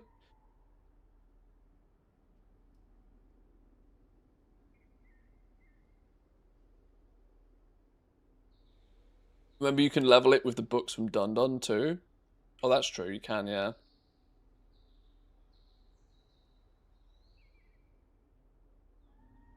There doesn't appear to be any new gathering materials, such as a new herb or a new ore, to make any of this new stuff. There's a new cursed node. But that'll be much like Lightbound and whatever. There's these Curse-bound globes and neutralized venom clots. I think these are going to act as like Season 2 motes. Because there's an inside and an outside area, I think you'll find cursed nodes will give you 1 and maybe you'll fish up the other ones or something. We'll have to see. But it's good to see that there's something going on for professions. Nice. Right. Well, boys and girls, I know we haven't actually got to the PTR today, but after being away for the last 4 days, I needed a day to play catch up with all of this sort of stuff. So I know a lot of this today you might have already read into this yourselves. But I would say we'll probably spend tomorrow having a little poke around the PTR. Wednesday, we've got the second of the new zones to play with, so we'll probably do that. But yeah, lots of things to figure out and lots of stuff to explore in the next few days. And I'm sure there'll be... Oh, we got all the Midsummer stuff to have a little bit of a look at as well. Yeah, we'll actually have to play the game a bit tomorrow. Apologise, we've spent like nearly 4 hours and basically not even logged into the game, but needs must today. Curse nodes are the default in the area. The Venom nodes are way different. They require a mini event to be completed before they become available. So I think the gold will be in the envenomed globe things. Maybe. We'll have a little poke about. Now's a really good time to hop on to the Discord if you're not there already. If you are poking around on the PTR and you find something that you think is interesting, please feel free to share it. There's the dedicated PTR news channel that you can chat amongst yourselves in. You can drop some screenshots or whatever in of interesting things you find. Most of this stuff heavily relies on a bit of community effort to achieve. So if you want to help out, now's a good time to do so. And yeah, we'll take a look at a few things. I'm gonna love you and leave you for today. Thank you for joining. I appreciate you hanging out. Like I said, we'll be back tomorrow when we'll actually go through the PTR in a bit of detail. But have a wonderful rest of your day. I'll see you all tomorrow. Peace.